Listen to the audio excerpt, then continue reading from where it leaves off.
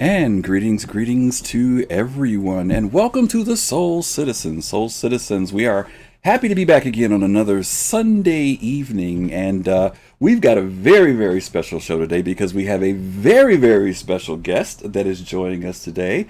None other than Mr. Jorunn himself. Jorunn, good to have you, buddy. Good to be here. Good to be here. And for those of you, I think his reputation precedes him. The title of our show this week and for this month, each month we do a show on ships, and this week it happens to be on touring ships. For those of us who are in the one percenters of the verse, we would say luxury ships, but we'll keep it with touring for right now since that's an official title. But you will know that is very near and dear to my heart, very near and dear to TenthSigma. You guys have heard us talk about it before. And of course, you know that it's very near and dear to Jorunn and also fastcart. Believe it or not, fastcart has a little luxury in him. We're not going to leave him out. He's a little luxury guy. But we're going to be talking about that today. And thanks everybody who has come through. Miss Hearts, we love you. Always here, always supporting us. Thank you so much. And for the rest of you who are here, when we see your names in, of course, we'll give you a shout. But we appreciate you guys being here. So let's start out right off with the bat. Jorunn, real quick before we start talking about ships. Why don't you tell us a little bit about you? Let us know a little bit about the 890 Jump Club, which if you guys check out his shirt, he's got this great logo right there. And tell us a little bit about it. So, I think it was back in end of 2016 when I got my 890 Jump. And I'd been doing the whole bar citizen thing in Discord and become kind of a Discord person. I thought it's like, I wonder if there's other people who want to talk about the 890. And so I started a Discord and started grabbing a few people here and there. And over the years, we've got now over 730 890 jump owners in the Jump Club. Wow, what does that add up to in real money? Actually, because some people have more than one 890, right? Probably in the group. Yeah, actually, there's a few people that have a couple. There's a few people that have mini multiples. So I don't like to think with other people's wallets, and everybody has different levels of income and disposable income. I mean, there's people that might have quite a few extras. Okay, but we'll stay at a minimum. You're at 70,000. At a minimum, you're at 70,000. Yeah. Okay. Seven. Is that right? Am I adding it up right? Yeah, 700, and it's anywhere from $600 to $890. Oh, that's right. Well, that's now right. they're even 950. So, right. I mean, there's several $100,000 just worth of 890s. Okay. Now and the average spend in there, the 890 tends to be like the jewel of people's fleet, so it's not like the only ship they have. And when somebody forks over, and especially in the last several years sales when it's $890, when somebody's forking over $890, they tend to already have other ships. Yeah. So I don't know, I think that average spend in there is like wing commander level. Gotcha. So just and I was just going to say the people who have an 890 got it early, so they're more likely spent the 600 more than the 800. I wish I could say that because I wasn't one of the lucky ones. When I came in, it had just went off sale when I came into Star. Well, I didn't come off sale. I didn't know enough about it. And so at that time, when someone talked about $600, it was, you know what I mean? It was kind of like $600. Are you serious? And I wish much on a virtual space. And guess what? I wish I had been serious back then. I'd have saved myself $350, if you know what I mean. So there you go. So anyway, go ahead, Jorunn. Finish telling us about you. Well, and to fastcart's comment, as far as how many have been sold at different times, so there were 4 waves of 890 in 2014. So I think that was 3,500 something ships that were sold, and they all sold out. But a lot of people melted them over the years because, 2014 to 2000 and when did it go live? Was it last year? Was it last year in 2019? Yeah. It was just about a year ago. So I mean, that's 5 years of waiting for that ship, having $600 tied up in it when all kinds of other shiny ships came out. So a lot of them got melted, and money went to Idrises and Javelins and Hammerheads and you name it, all kinds of other stuff over the years. And so a lot of people have unmelted them, but we still figure a lot of those people have them melted. And then the first sale when I got mine in 2016, they sold probably about 700 or 800 of them at $890 with 4-year insurance.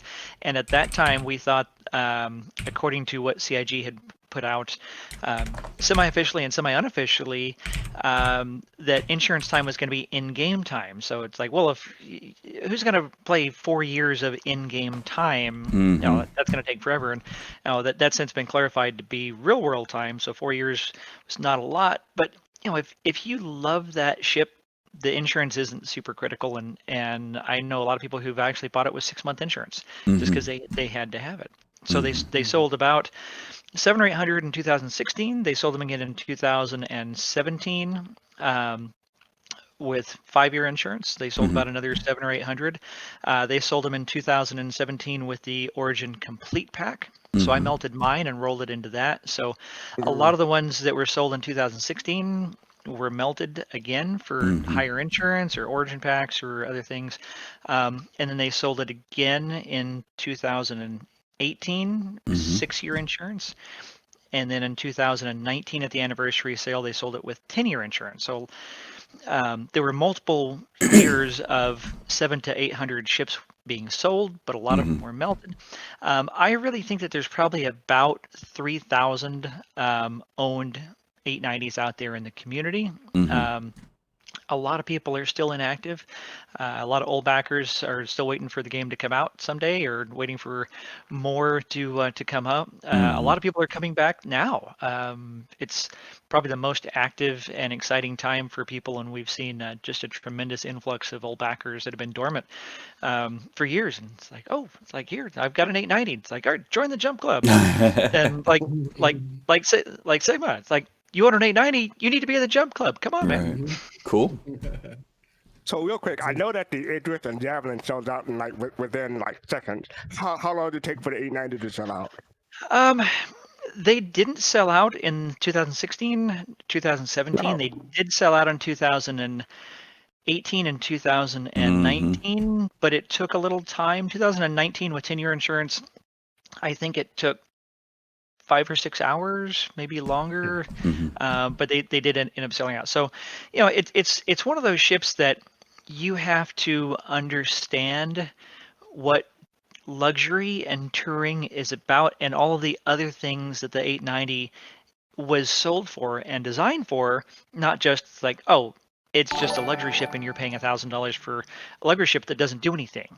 And that's the misperception that a lot of people, they'll fork over a ton of money for a pew ship. It's like, I want to go blow stuff up. It's like, oh, Javelin, $3,000, bam.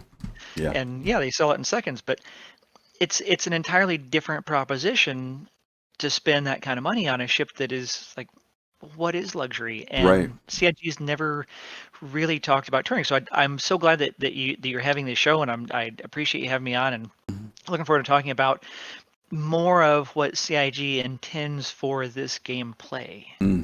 Very good. Thank you. Siphonius and Starship Captain Nemo, thank you both for the follow.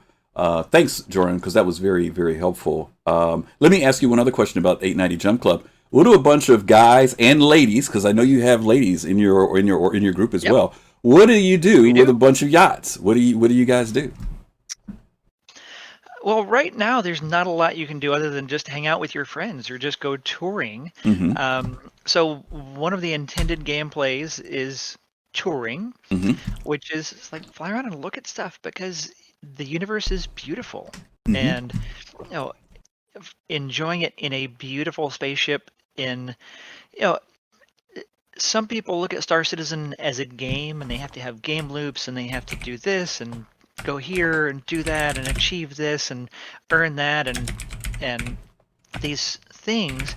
And then other people look at it as an immersive experience, and not just role play. I mean, role play is one thing that some people like, but I don't really look at myself as a role player, and a lot of the 890 owners don't, but they feel immersed in this universe because CIG is building something really unique, and even in a 2D environment and without even having VR, it still gives you this immersive feeling of being in this beautifully designed spaceship that just the details and the windows and just the overall feel of it, it's a good feeling. Okay. All right. So it gives you a good feeling, and that's if that's a good enough feeling to make you open your wallet, then it's good enough for me, brother. That's all I'm going to say about that. this is what I do. There it is. Find a beautiful place and go with some friends and go and pop out in some cyclones and fly around, or just go sit on the ship and just enjoy the mountains. Absolutely. Like, why do people go on a hike in the mountains in real life? Right. To enjoy the scenery. Right. Well, let's do this. Let's jump into taking a look at some of what CIG defines as touring ships. Some of these ships may be ships that I've defined as touring ships because I picked the pictures, but hopefully I stayed in line with CIG. We're going to give some commentary to it. We'd love to hear what you guys think about these ships as well. And then we are going to talk about what Jorunn just brought up. What is touring? What is luxury? That's going to be a big, hot topic for us today. So let's go ahead and take a quick look at our very first ship. And for those of you who recognize this, let's see if I can make sure I take the right one down. Hold on, have I got the right one up? Let's see, that one's there. And there's something I need to remove. Give me 1 second here, gang. There we go. Does anybody know what that ship is? Can any of you guys call it out? That might be the flying brick. And which one of the bricks is it? That ship is actually sold as a luxury edition. Does anybody know which one of the Auroras? LX. There you go. It is the Aurora LX. And does anyone know what's so luxurious about it? It had the L and the X for deluxe in it. Okay, that's right. What else? It has a leather seats. Fancy leather seats. There you go. Thank you, Jorunn. The leather seats. Thank you, fastcart. The leather seats make this a luxury ship. Okay, we just want you guys to know that's why it's in the category of luxury. Has nothing to do with cost. Yeah, it has nothing to do with cost. But here's the deal. I actually have this ship. It's one of the ships I bought early in the game because it was a deluxe or it was a luxury edition. Now, I know for some people, they say, you got to be kidding. Just because the commercial said leather seats, you bought it? Yeah, I did. Now, I will tell you a trick here. And Jorunn, you might appreciate this, right? Is it Ibra Citizen? Thank you for the follow. Check this out, Jorunn. I get in that ship and travel. Nobody messes with me. I don't get pot shot at, nothing, right? And I do it in my leather seat, right? As a luxury guy, right? If I take some other ships out, I get shot at. So as far as I'm concerned, as a luxury guy, especially somebody who's not a big PvP, don't get me wrong, I can defend myself. But if I want to get from here to there very quickly, very discreetly even, is that a ship that I can take as a luxury guy? Absolutely. And if something happens to it, am I going to cry about it? Not at all, right? So for me, it has a purpose. Does it have a bigger fuel tank? I think there is. I think it has it does have range. I'm not sure. Is it the tank that makes it the range or the drive? But there is something different and unique about that ship. Yeah, if you have a more efficient drive, you can go further, but it takes longer. If you have a bigger fuel tank, then you can go longer. A little longer. Okay. All right. So I do want to just show that we're not so big in our heads that we can't get in an Aurora. That's all I want to make with that point. Okay. All right. Let's take a look at the next one. And this moves us into the next level of, let's see, here we go. There we go. Now, this is a video that one of our community people made of a very unique ship. And this ship was shown in the 890 commercial. And you guys, if you look out on the pad, when it pops up, you can tell me if you recognize which ship it is. He'll bring it up on the panel there if you look. Does anybody know what ship that? Yeah, go ahead, fastcart. Quick about the Alex, real quick, is that I would put the leather seat in other Auroras too, just to have that leather seat. Just to have it. Actually, it's supposed to be where you can't swap out the seats from the commercial, right? That was one of the things, right? They modified it. Okay, so this young lady is. Yep. No. This one, in the commercial for the Auroras, they showed. No. I'm talking about this. No, that's not the Avenger. That's the 85X. There you go, 85X. Anybody want to talk a little bit about it? Yeah, black and white. Yeah. Anybody want to talk about that ship in particular? I actually bought this when it first came out because I thought it looked cool. Like, okay, I'm not a luxury guy, like you all are, but I have some 300s and other stuff, but this one struck my fancy when I first saw it because I love the look of it. But I have since melted it. Mm-hmm. You melted it. It's such a great little ship. I love this ship. It's like the cool thing about the 85X for me. My wife plays SC with me, and so we were actually looking, she's more medical gameplay, like she loves that deal, but like I'm more, like I said before, entrepreneurial, financial type of gameplay. And this particular ship, it reminds you, Jordan, you talked earlier about immersion. You can see a scenario where you get tired with your gameplay loop in the medical deal, and you get tired of just constantly booking deals and doing business. You just jump in this ship and you fly somewhere, like both you guys together in the 2-seater. And of course there's Origin, and it looks great. It's a beautiful ship. And so one of the only 2-seaters kind of that has that. I think it might be the only one that has a side by side 2-seater deal. That was a lot of fun for my wife and I. So the only other ship that's like a 2-seater are the Reliance, but they're not side by side, because when you turn vertical and you but they don't have the same feel of this. The 85X was designed as a luxury runabout, just like a little sports car for you and a friend, and that's what I use it for. I was flying around in it last night. We had a jump club event. We had about 20 folks with 890s at Microtech, and I was just flying around looking at everything as everybody was coming in my 85X. And it's the perfect little runabout. It's one of the ships that and the thing that you mentioned about it is that, as most of us know, it's the complementary ship to the 890 jump. And the fact that it is a 2-seater is the thing that I really do like about it. There's been discussion already about the upcoming changes in update 3.10. One of them being that atmosphere will have a tremendous effect on ships, particularly larger ships. And so there are already some people, I know I do this already as a role-play mechanic. Right now, if I have a large ship like the 890, I put it in orbit around most moons and planets. I do the same thing with the Carrack a lot of times, and I'll use those smaller ships to go down and either find a good landing spot, or just as a point of someone going out and searching an area and saying, okay, we found a spot, and then I come into that area. So I don't have to burn fuel looking for a good landing spot. This ship here, for when you want to go down to, as you mentioned, Jorunn, let's say, for example, you go into orbit over ArcCorp, but you just need to go down to the surface and pick up something. Are you going to take the 890 all the way down there? Or are you going to jump in this ship, fly down in style, pick up what you need, and go back up? Yeah, absolutely. Just for the sake of operational costs alone, having these smaller ships are going to be very significant when it comes to having a ship like an 890 or a Carrack or any ship that has a parasite ship or, accompanying ship that can go along with it. I'm also pretty amazed at the person who's flying this ship. There's some pretty agile flying in this thing, too. Oh, yeah. Though I am concerned about the control surfaces because the wings are so short once you have atmosphere. So it'll be interesting to see how well the ship handles once the wind starts blowing. Any other thoughts on that ship? Didn't they call this like the BMW? Isn't that what they first called it? Something like that. Yeah, it was like the BMW. Little BMW read about. Like Black Intellect says in 3.10, with the new atmospheric flight changes and the other flight changes, the big ships like the 890 are going to be even harder to fly in atmosphere, and it's going to be make a lot more sense to use the runabouts to go down to the planetary surface. The only problem we've got is that they'll despawn if you don't have somebody on them. Have you had better luck on that? Have somebody they despawn if you don't have somebody on them.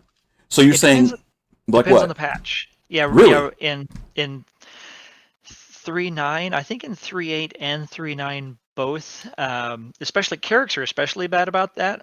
If you get too far away from your Carrack, I see what you mean. Well, see, first of all, I always fly with my servants on my ship, so I never have a situation where no one's on the ship. That's maybe why I didn't understand what you were referring to. My apologies. Go ahead.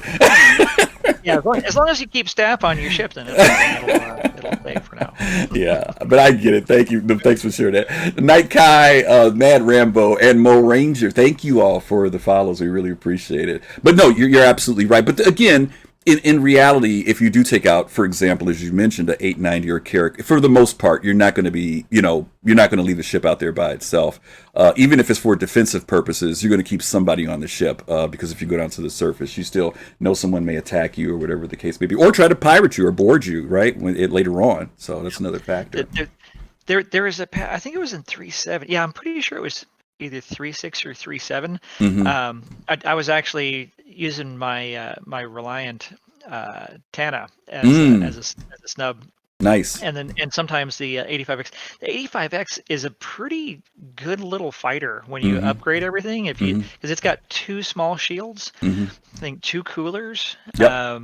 And so if you upgrade the coolers and the shields and the power plants, the FR66s, I think they are, and all 4 neutron repeaters gimbaled. It's a pretty solid little fighter. So I was doing a bunch of little the NPC bounty hunting missions, and so I'd take the 890 and I would park. So what I would do is I would go to one of the OM points in orbit, and then I would fly maybe 100 kilometers between the one endpoint and another one, and that way it wasn't close to anybody who might happen to pop by there if they were navigating. It wouldn't show up on radar, so it's essentially hidden. But I knew exactly where it was since we don't have nav markers. Right. I would take that and I would go and fly around and do the NPC bounty missions, and I'd come back and I was just living on my 890 for several days. I'm digging it. Okay. That's like a handy deal for when I get my measurement. Probably do that. Sounds like a plan. All right, let's go to our next one here. This is a little different ship, and we know that this ship is in development right now, and a lot of us are looking forward to seeing it. It's another Origins Jumpworks ship, and it's the 100 series of the ships. We're focusing primarily, again, as you guys know, on touring, so we're just going to be talking about the 100i. We're not going to talk about the racer or the cargo variant, but we are going to talk about the I. What do you guys think? Tenth, when you saw this ship, what did you think of it when you first saw it? Yeah, I thought I just see it as a smaller 300, maybe without the cargo, and perhaps the interior not having a bed. I see this as a a similar to what you were saying, Jorunn, kind of a runabout ship, but maybe with some upgrades. Now, I mean, the concept art here has it's more spacious, obviously, than the 85. But I had to get it for one, so I have all 3 of these variants. But oh, you do? Yeah, of course, right? Did you expect anything else, FC? This was one of the pictures that sold me. I think this same kind of picture, with the beach look to it, has there's a whole litany of pictures that have like the 890 and the different Origin ships strewn about, and the 600 as well. But these little ships like this and the X1 that kind of parked outside on the beach there just kind of gives you this idea of relaxation, and you might take a X1 out for a motorcycle ride somewhere, or the 85X, like I was saying earlier, like you and a friend, or maybe just this one, since if you want to bounce around similar to how you would on an 85, you could do that on a 100. So I like it. And I'd be interested in what this adaptive intake refinery will do. I'm not entirely sure. I'm assuming that that's going to be a more efficient hydrogen intake. Right. That's what it's supposed to be. As they've been describing, the smaller ships are not going to have hydrogen intakes, so that they won't be refueling as they fly. They're not real efficient right now on any of the ships. Some of them are a little more than others, but so this adaptive air intake system seems like it's going to be one of the only small ships that's going to have that. So it'll refuel some on the hydrogen. So maybe it'll even be pretty efficient. Fastcart, you think you're going to buy one of these, or you passing on the 100 series here? I'll definitely get it in the universe. Like if I'm ever if I ever take a Starliner or like a passenger ship to get to one destination to another, and I don't have any ships on a planet that I land on, I probably rent or buy one of these temporarily just to get around in that system while I'm there. I mean, I love the look of it. It's really sleek. I like it. But I mean, like Tim said, it's a smaller version of the 300, and between this and that, I own a 300 and rent this one. But I love the look of it. And Jorunn, do you see this as the entry-level competitor to the Mustang and the Aurora from Origin? Do you see it as that? Yeah, that's what they introduce it as. That the pricing is significantly higher though. So I mean that's I'm very curious as to how they might adjust the pricing once these go live in 3.11 because they're within just like $5. $5 to $10 of the 300 series, and the 300 series is twice as big a ship. The 300 series used to be kind of I called it a tier 2 starter. So you've got our tier 1, which are the Auroras and Mustangs. In that, are they like $35 or so price range? And then the tier 2 would be like the Avenger Titans, the 300s, where they're like in that $65, $70 price range. And I think these are around $50. Does anybody remember? So fastcart, can you check it out for us? Right. I'll look it up. Yeah, so they're a little bit higher, but for people that want to have a much better looking ship, a better flying ship, a little more interior space, because the Mustang doesn't have an interior unless you get the beta. The Aurora's interior is pretty bare bones. And then the 135, that's actually the one that I got. I got the discounted starter package, the 100 starter game package, and I upgraded it to a 135. So that was $75 for the 135 game package. But it's got 6 SU, which is as much as the Pisces, and it's a good looking little ship. So that's probably gonna be one of my snubs. Sorry. So the 100i is 45, the 125A is 55, and the 135C is 60. Okay. So yeah, that is definitely closer to tier 2 pricing for the smaller ship. For me, this is the ship that I fly down to New Babbage in or ArcCorp. The Aurora, that's when you fly to Hurston. All right, that's the difference in that for me when I'm flying on those two ships. Okay, but I love the ship. I think it's a pretty design.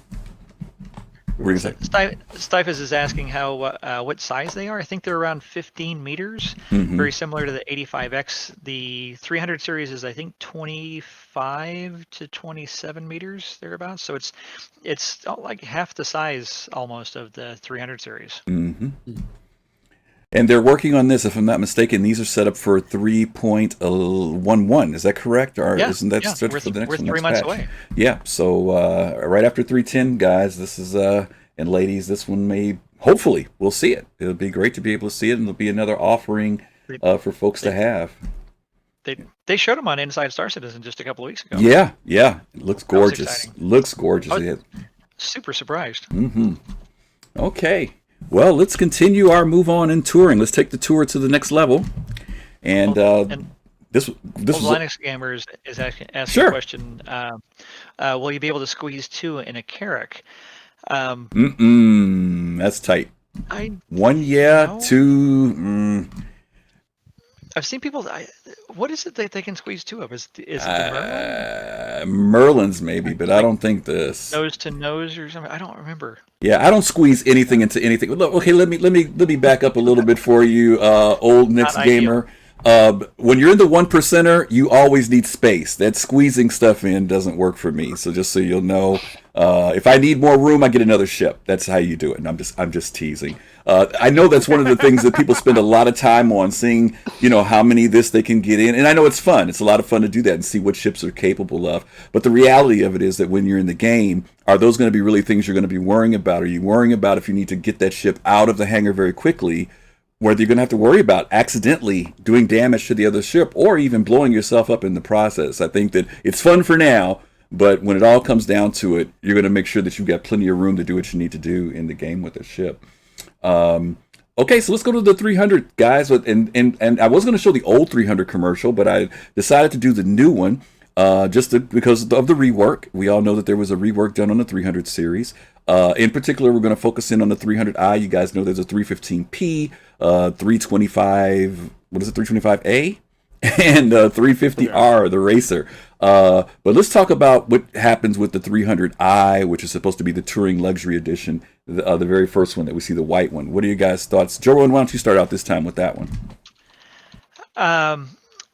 The 300, the original 300 commercial was what got me really hyped about Star Citizen. I love the new commercial. It's beautiful. I love the soundtrack that was very bossa nova. Pedro Camacho did an amazing job with that. Or was it Pedro? Did Pedro say he did it, or was it the other guy? I wouldn't be surprised if it wasn't Pedro, considering he's in South America. It probably was him. He is actually... Or from South America, I should say. He lives on an island off the coast of Portugal. Mm-hmm.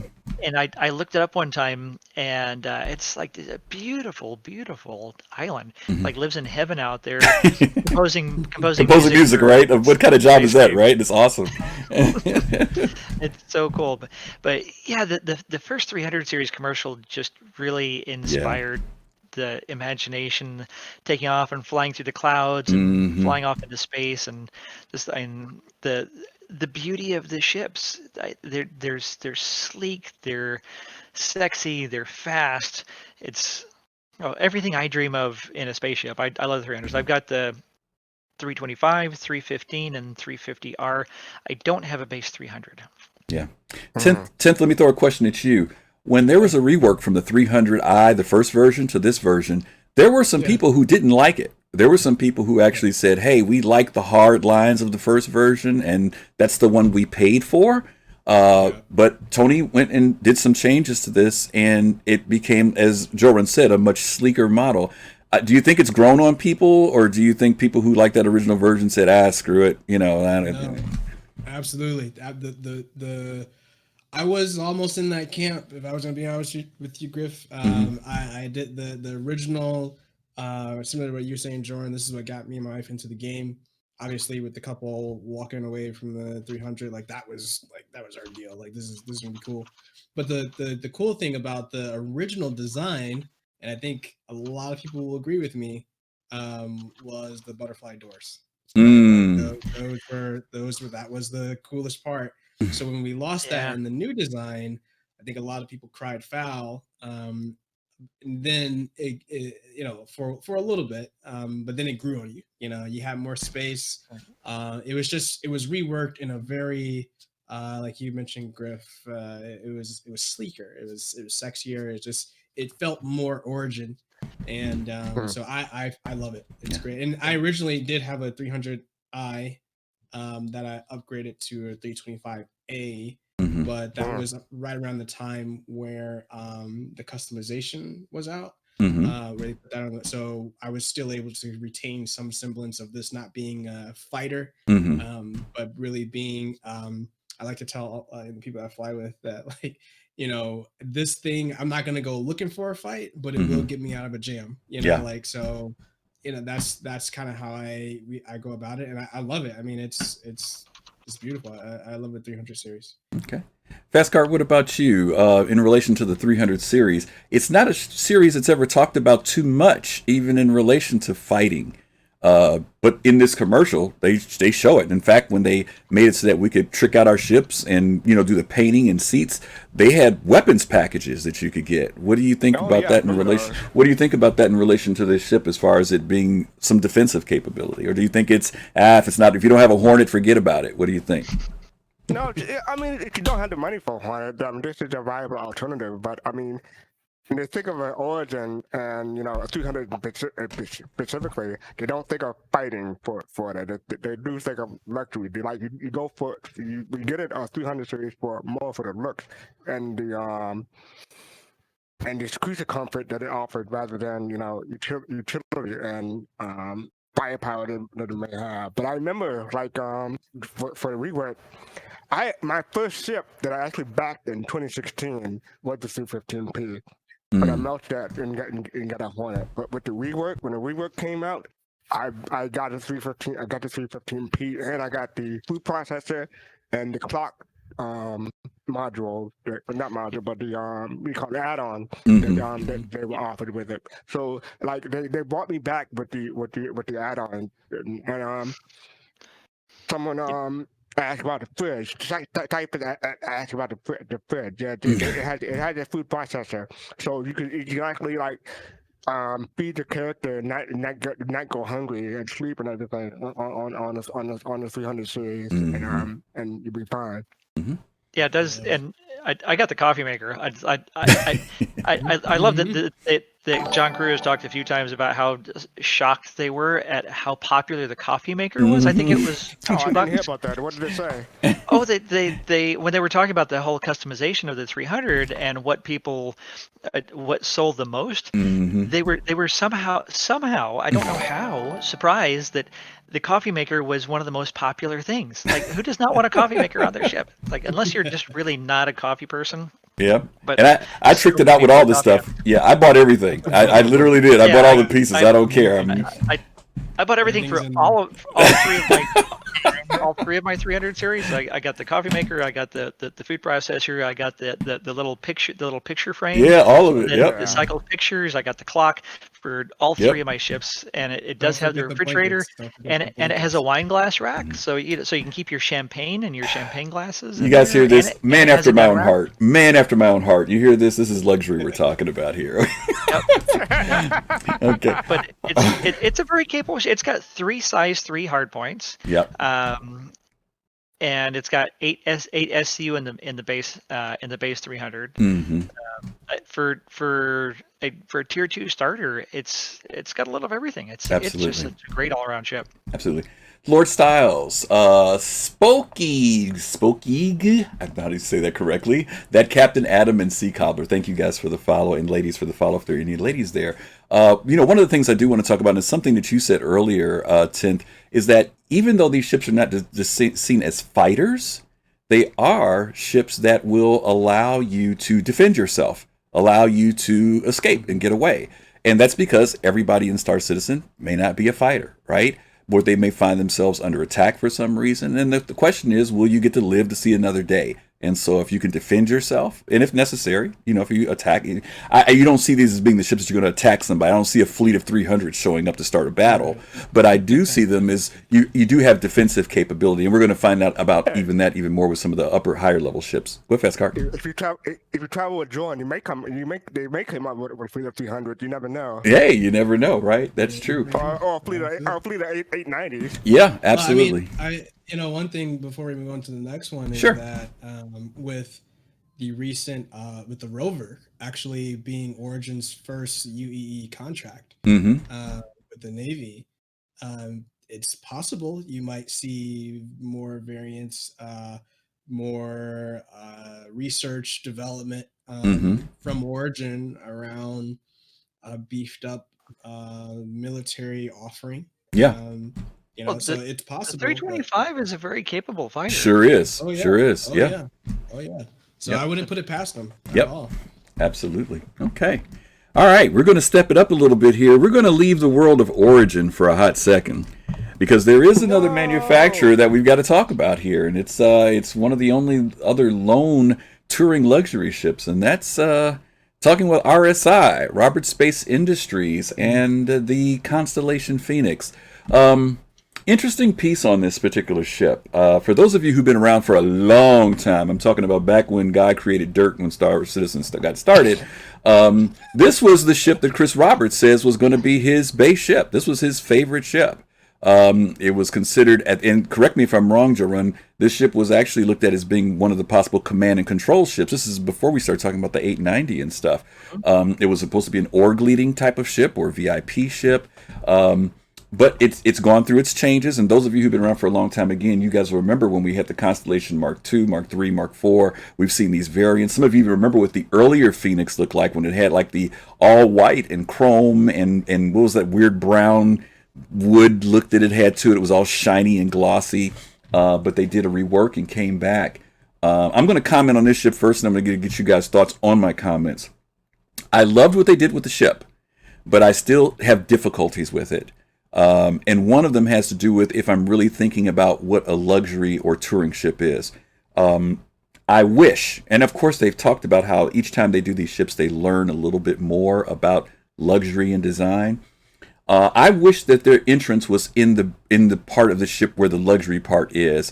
I like, for example, on the 890, you can actually have an entrance where your guests come in, if that makes sense. Now, I know this is a small ship, doesn't have a lot of room for that. But I do wish that in some form or other they would have worked out something else instead of coming up in that middle section, which is still kind of the grungy work area, and then you walk to the luxury part of the ship.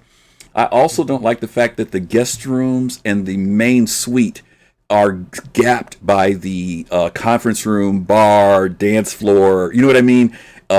If you want to get to your master bedroom, you got to walk through everybody to get to it. I wish that they'd put all the suites and bedrooms at one end, and then kept the activity areas at the other end. So maybe if the master suite had been in the rear of the ship, and then the suites were in the back there where the hot tub and everything were, I would have liked that a little bit better. But that's just in the sense of layout. I love everything in the ship, but it's just the way they laid it out. I feel like they should have maybe thought about some other things. So feel free to chime in on that one. Well, do you think, Griff, that if I recall correctly, there's Archimedes or Merlin? Yeah, they're supposed to have the Archimedes on this one. Yeah. So would you have liked to see them maybe get rid of that to add more? I don't know. That's a good question, because you still have to deal with that rear area where all your components and engineering stuff is, so you can't lose that. True. But at the same time, would I have traded off maybe where the hot tub is now and maybe have put the suites over there and then move the hot tub forward, or maybe put the hot tub dead center and then move the bar and stuff closer toward the fore of the ship? Maybe I would have dealt with that even. Yeah. But the fact that you're crossing through what's supposed to be private areas and public areas and private areas, it just kind of messes with me a little bit. And not only, the last thing is, there's no bathroom in the back. You got to go up front to go to the bathroom. So that's the other thing, you know. Up in the crew area. Yeah, exactly. Yeah, I think that's probably the biggest complaint that most people have about the Phoenix, is that they love the design of the interior cabin area. Mm-hmm. The central area, the bar, the wood, the stone, the lighting. They did a great job with the detailing, but the layout was just really fairly poor, and the fact that they released it without doing anything up front. And if you guys remember the original hangar Phoenix, so the Phoenix has been around as a hangar right, non-flyable model before this came out for a long time. Mm-hmm. And I watched some videos of it. The front of the ship was totally different from other constellations. It was much much nicer looking. It was upgraded. It was more luxurious. And I was hanging out with Craiglan. He's one of the CIG lead moderator. I don't know what his title is these days. If you guys know Craiglan from Concierge Spectrum Chat. He's a luxury guy. He's got a Phoenix. He's got the 890. He loves luxury. And we got to talking about this, and he was flying it around, and he agreed with us that, you know, the layout's not ideal. The fact that the master suite, or the master bedroom, isn't a suite. It doesn't have a bathroom. The other ones, you know, if you go in the 600 touring, they've got those little guest cabins, and they've got an integrated bathroom. So it's very compact, very well designed. And why they didn't do that on the Phoenix is really kind of a disappointment to a lot of people. And the fact that you have to enter through the front crew area, and the front crew area is pretty grungy, and you have to walk past the crew beds. There's the one little tiny bathroom up there. So I don't own a Phoenix. I probably won't ever own a Phoenix. But I do hope that they will give it another pass to kind of touch up some of the things that they released it. I think they just released it too early without really giving it a thorough workup. Yeah. Fastcart, you owned a Phoenix. You have one in your melt, if I'm not mistaken, right? And you said you are kind of reconsidering maybe getting it back one day, right? So what is it about it you like? 5 minutes about this thing. Really? Okay, go ahead. Give us two of it. 2 minutes. Okay, so one of the things that I like about this ship is Josh Coons. He's the one that one of the developers behind the ship, and I like that he actually the Cutlass series, and one of the things that before Inside Citizen, it was not reverse the verse, but around the verse. Around the verse, thank you. Josh Coons talk about the making of the Phoenix, and he stuff. He's going on stuff like he wants the most expensive wood. He Right. want wood the trees that are extinct. So it's gonna cost more money. And he was all about making this like Baller. That was just word. And so so I got this probably in I want to say 2016, but I couldn't really find a spot for it in my fleet with my becoming a marketeer and manufacturer and stuff like that. Like it's a good nice tip to have. I might get it. I'll probably get it in the PU if I don't change my mind and get it again. But for right now, it is in my backpack. I might take it out again because I do love this ship. And you said you started out with oil, but I would just want to point out the Aurora is also RSI, so you actually went from RSI to oil and back to RSI again. Because Robert Space Industries. That's correct. He had to have this ship to start off the whole thing. That's correct. Yeah. Tenth, any thoughts on the Phoenix? Do you own one? I do. It's in buybacks, but as I like to tell it, it's in the shop and just getting some work done right now. Okay. So I love it. It was one of the first ships that I got. It was one of those early ships that I've been dealing with. But I particularly like it in the sense that we talked about the layout not being all the way there, but I guess the narrowness of the ship kind of reminds me of your charter jets, that the very small ones that kind of like it's just this deal for you. And I think what gives you that, right, when you see this picture here, the seats along the side, it just kind of gives me that vibe of this is a I might take me and my staff on a charter flight just really quick somewhere, and we're trying to get some work done versus kind of basking in luxury and on the yacht or a 600 even. This kind of is a smaller feel to it, more like a charter, like it's like a charter, like a private charter, like a charter. Absolutely, a private charter. Yeah. So I love that part. I think there's some work to be done, like you said, Griff, in the back. The privacy glass is cool, but I think that it's just not enough separation. But by and large, I love this shit. I mean, like I said, like the only reason I haven't bought it back pulled it out of buyback is I just haven't really gotten to it yet. But this was actually a regular for me, probably back in the early 3.0 days. Yeah, it's become the ship for me that I've been flying more now since I've got it. It was the last of the luxury ships that I purchased. And by the way, just so you guys will know, Jorunn's not going to the bathroom. He's baking bread. So we want you guys to know that he's okay. It's actually a Burgundian honey spice bread, which just turned out absolutely. Oh, look at that. And he's sharing it. He's going to share it visually. That looks awesome. That's great. He's multitasking. He's streaming and baking at the same time, which is pretty cool. Yeah, I've developed the reputation as a baker. my latest passion. North foray. Well, let me ask you this real quick. The whole quarantine baking thing. Oh, that does it. Absolutely. Did any of you guys, and we're seeing it in this video, were any of you guys lucky enough to get the piano when it came out? Because I came in too late. Jorunn, did you get the piano or no? For the Phoenix? No. That was like in the early days. I did get a Phoenix. Yeah, the early days. If anybody has the piano, by the way, contact me, please, if you don't want it. I'll buy it from you. I'd love to get the piano. Get in line. I mean, watching this commercial, it makes me want to get it back again, man. Yeah. Sorry. Well, Crunch One says he has two pianos. Look at that. Look at that. Crunch, get in touch with me, buddy. Trust me, I'm interested. Okay. Standalone piano, but that's awesome. And again, they may do a rework on the ship. One thing CIG has said about this whole luxury piece, where you guys remember this when they started out with the 600. Well, first, obviously, this was the first one.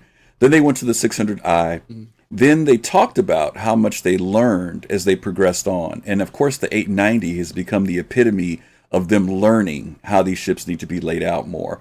And there's been a bit of allusion to the fact, and they've inferred that they are going to go back. And let's go ahead and actually move to that. They've talked about now that they are going to possibly move back to the 600i and do a rework on it. The ship's beautiful, and there was a lot of talk about it when it came out. First, everybody was really excited about it, but then as people spent time in it, particularly the exploration version when it first came out, people were saying, well, there's a lot of unused space. There's a lot more that could be done with the ship.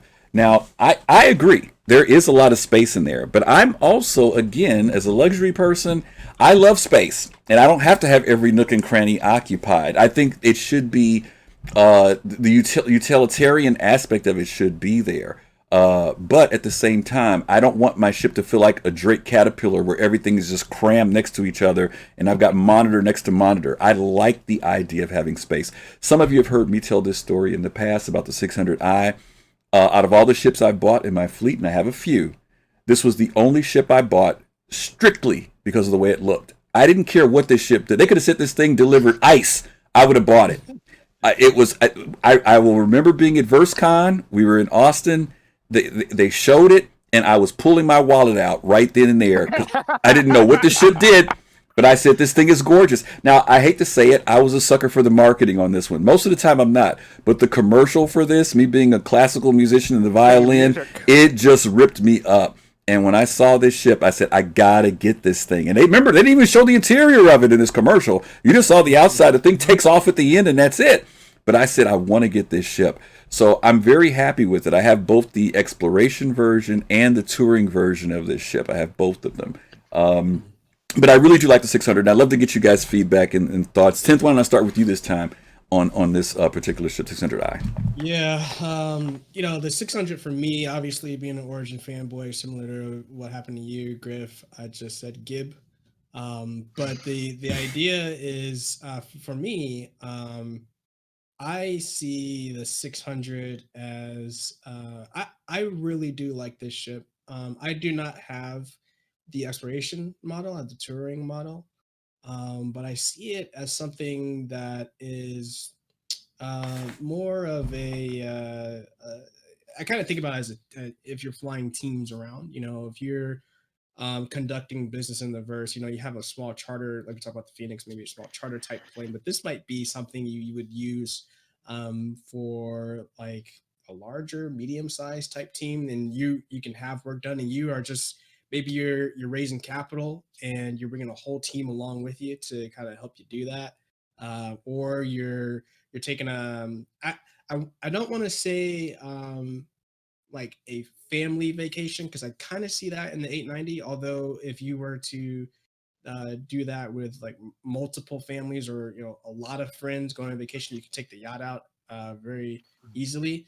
But I do see the 600i as a private yacht that's on a smaller scale. It might be for someone who had just kind of dipping their foot into the luxury yacht world, or this kind of idea around luxury in the verse. This might be one of the ships you would start with in that higher tier. Of course, you're not starting here, straight out the gate, but this might be something where you're like, I'm not sure if I have the funds to kind of put up 890 or the capital to kind of bring it into my fleet, or even some of the upkeep costs. The 600i is probably a good choice for that. And so I like this. I like the touring one. We talked about it earlier because all the different rooms that have their different they're closed off, in the big stairwell in the middle.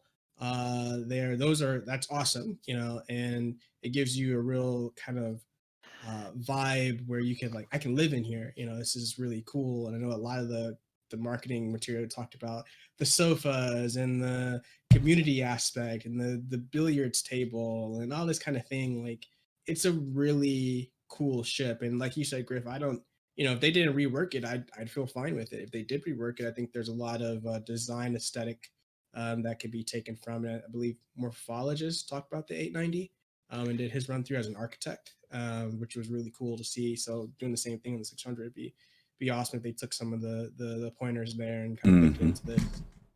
Good. Jorunn, thoughts on it?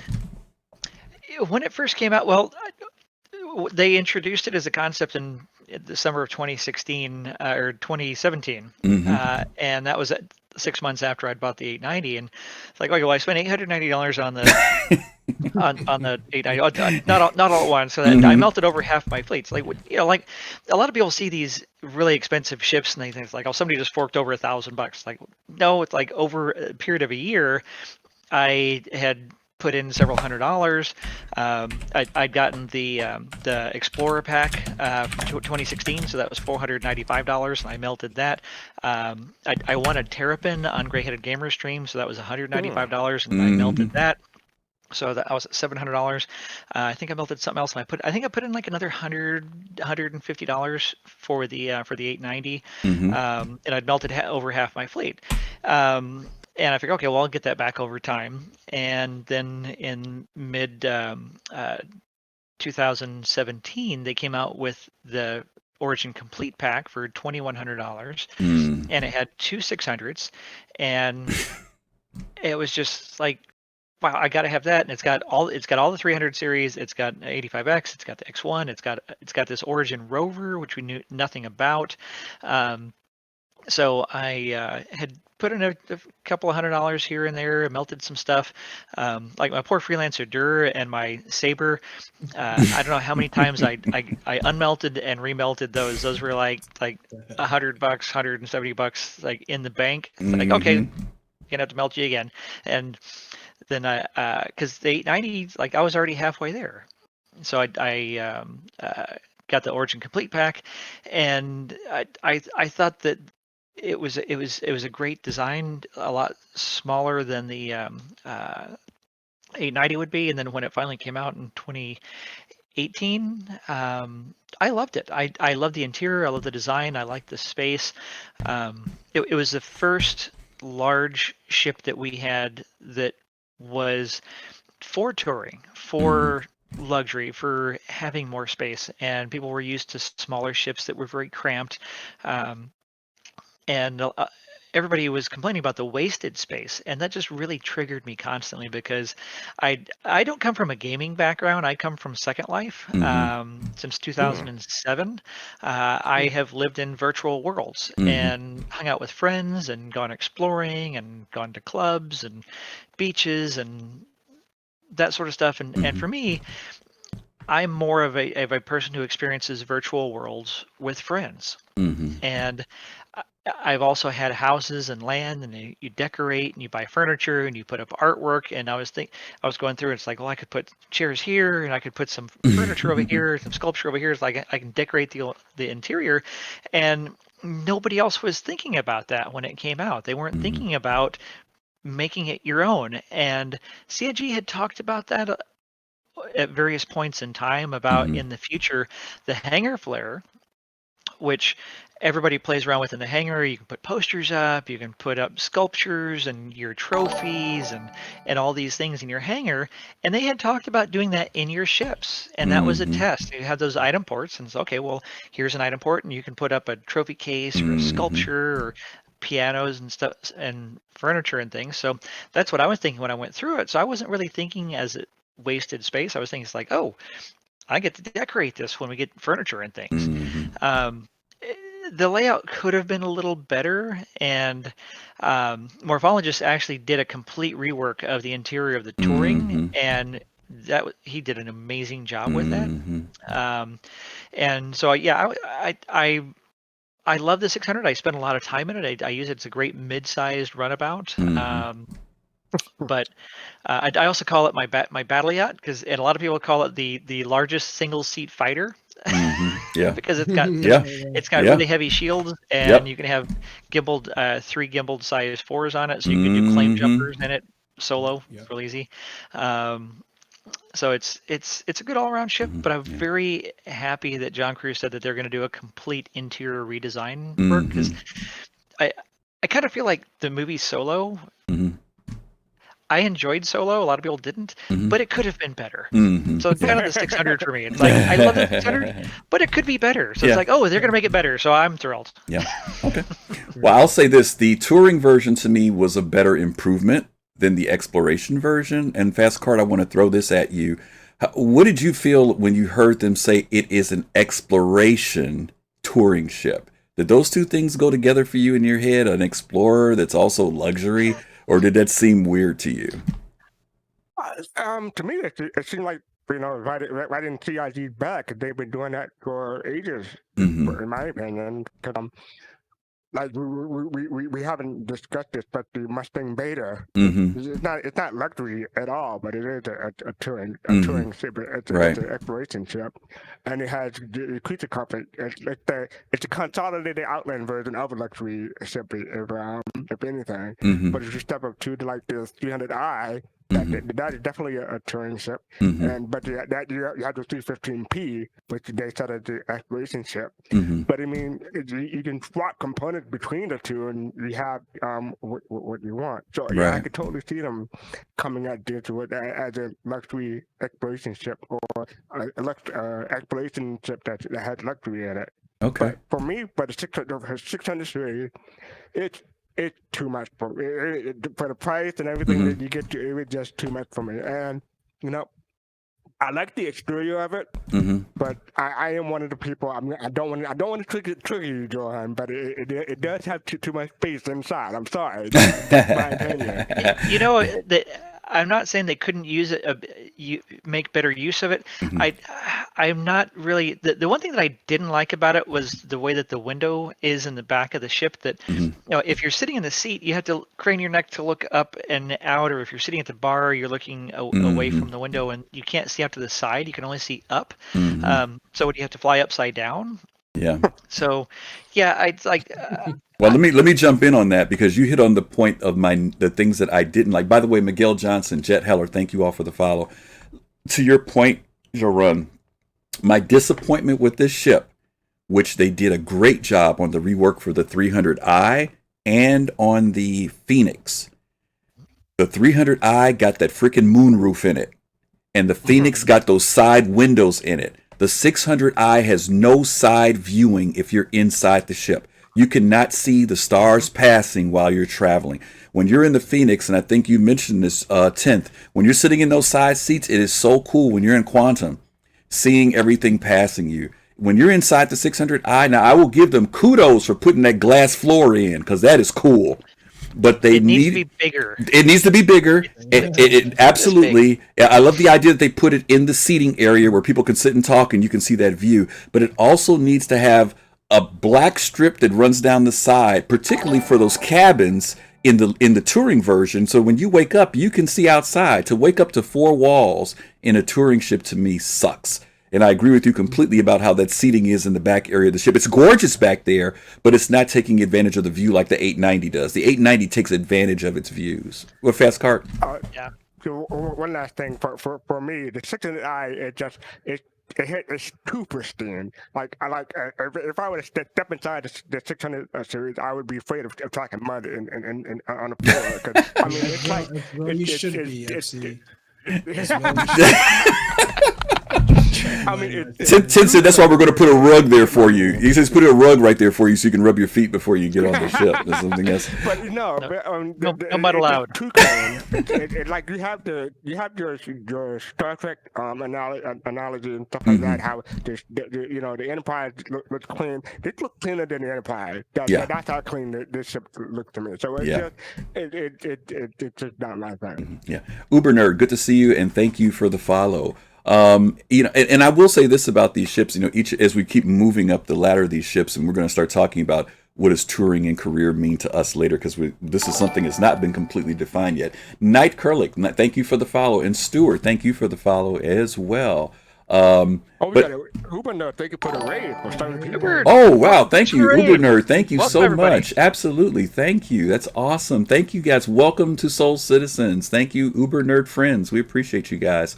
Let me throw this at you too. The 600i, before we move on to the 890, the 600i exploration.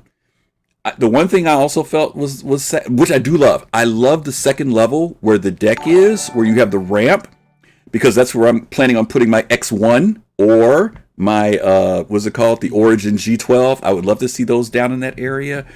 But the science area was lacking. You had the two consoles facing each other, which didn't make sense to me. So I do hope that they really do work that into a real science exploration.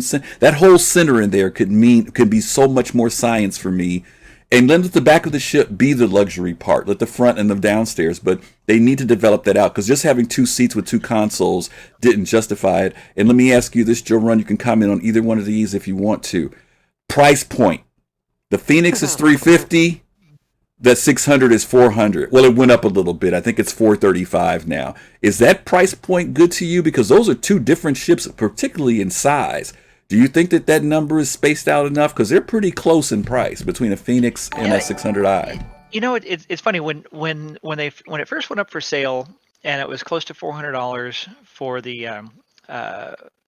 for the 600 series. Mm-hmm.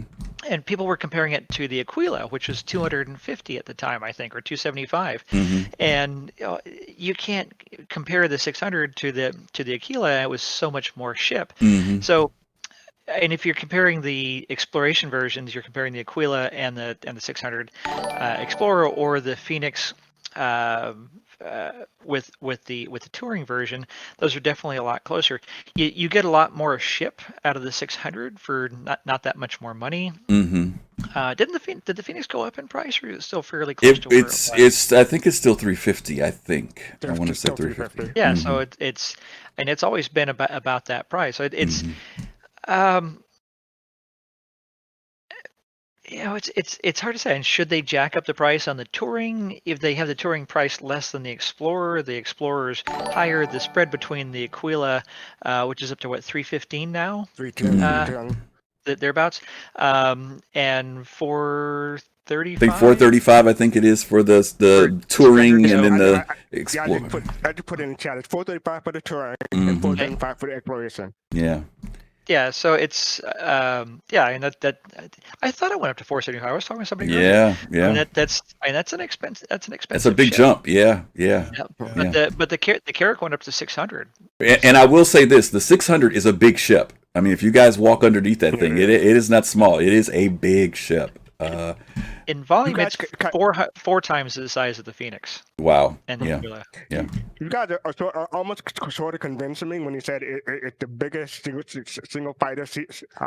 seater fighter you can get. So that one is the argument in its favor, but other than that, it's too pristine. All right. Well, other than it being too clean, hopefully we'll get fastcart to get one day. I don't know. Take your shoes off. Take your shoes off downstairs before you go up in the ramp. Maybe that's what we'll have to do. All right, we're going to take on the big enchilada at this point now, and it's the ship that definitely we know Jorunn will have some good things to say about, and that's going to be the 890 Jump. This is the in-game ship for when it comes to luxury. Vulcan, Raven, Quiet J, Speaker Dusk, Ritelli, Rezo Granny, and all the other wonderful people. Vectrio, thank you all for the follows. We appreciate it. The 890, we'd seen concept images of this ship forever. A lot of variations on it, some fan stuff that CIG produced, and people were always excited about it. We even saw interior concepts, and this is one of the ships that was really, really anticipated by a lot of players.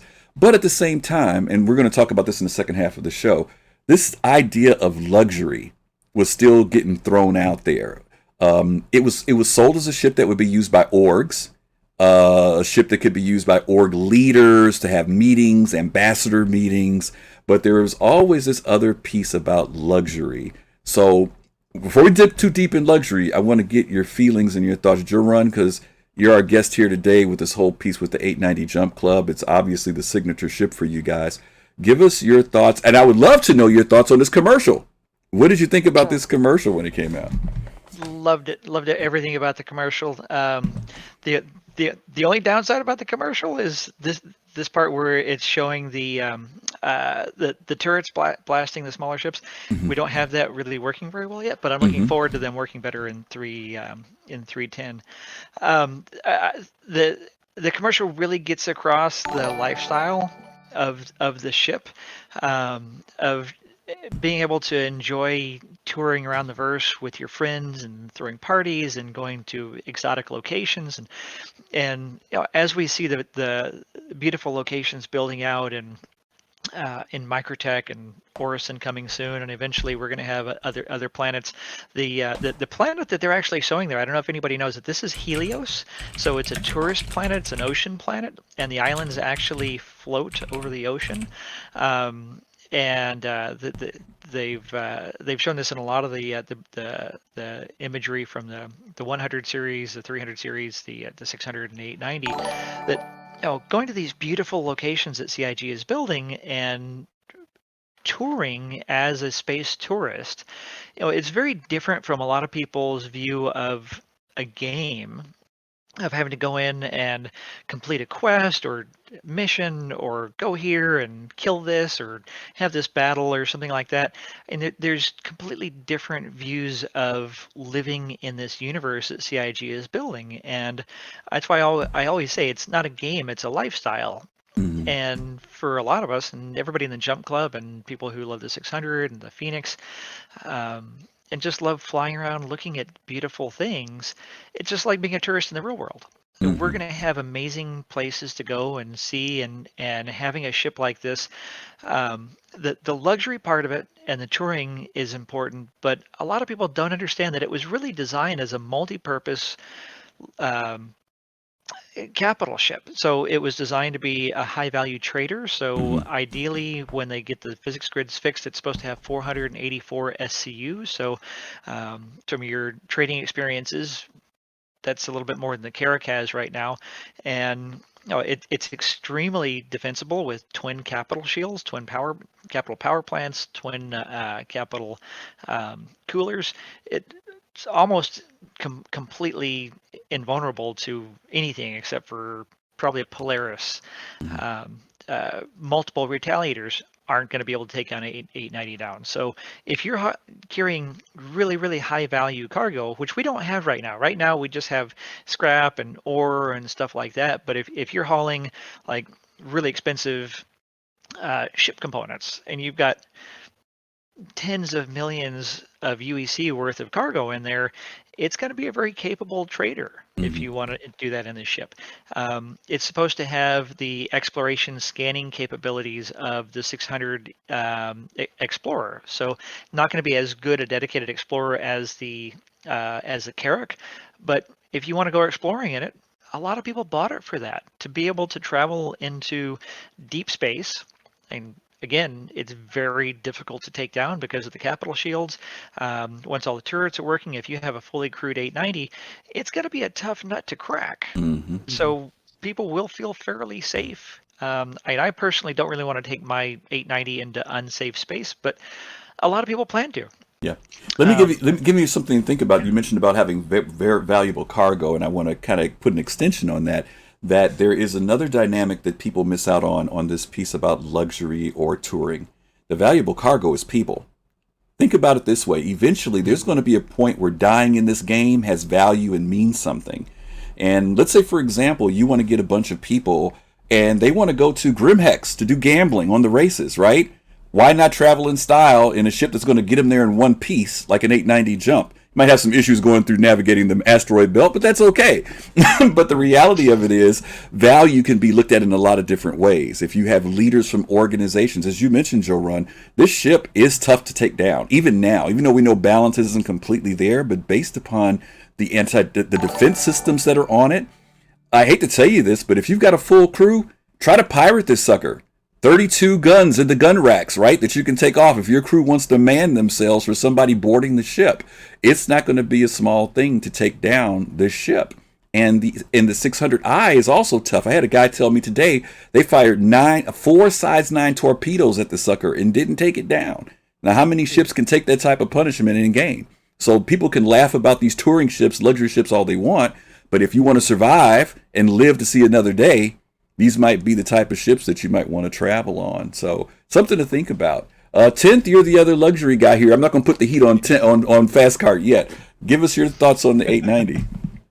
No, yeah, the 890 was the pinnacle of the fleet for me. I like the 890 in the sense of it being the hub for, a lot of people talk about the Polaris or the Idris or the Jav being like that's a command center for a lot of orgs. And in particular, I wanted this ship as a command center for a command center for an org, but to also just have it be one of the places where, say, you have an org and maybe you're more corporate facing, or you're kind of jack of all trades, or where can you have a ship, or where can your org meet to just kick back sometimes. And I think that's exactly what RSI was showing with the party atmosphere here. Just being something where you can see a large gathering, you can see entertainment, fun, drinking, and all kinds of stuff going on, but also have the ship be, like you just said, Griff, not easily taken down. Like this thing it's a beast.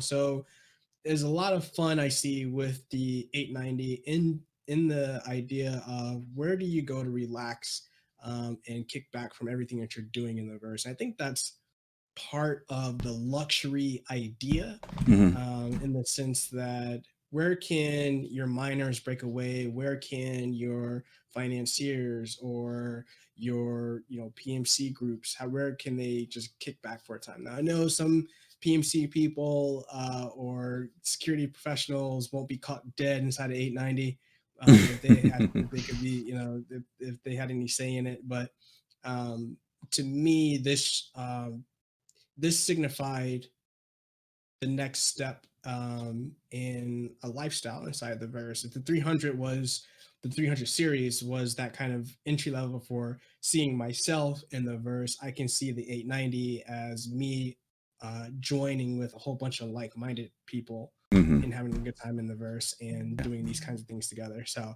I love it. I love the ship. It's fantastic, and it's massive.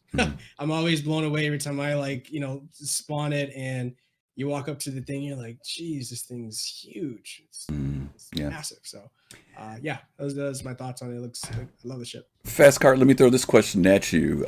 Is this a ship where, let's say, for example, you want to travel from somewhere in Stanton to Terra, right?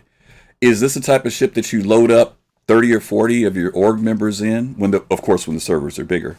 Do you load up that many people in this ship, or do you send 30 or 40 separate ships to Terra? Which one's the way you go?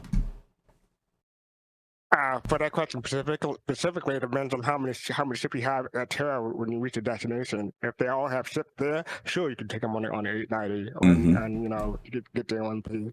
But if you don't have any ships there already, you have to take your own ship. Right. But for my thoughts about the 890 is that the ship is overpowered when you see a whole bunch of them in Victor Week trying to take down a Javelin or an Idris. I can't count how many times I go to some stream and see a whole bunch of 890s all over the place during the Invictus Week. I mean, for a ship that only has like maybe 3,000 in existence, if that number to be accurate, you sure do see a lot of them on people's streams. So there's no doubt it's a popular ship. Yeah. It's just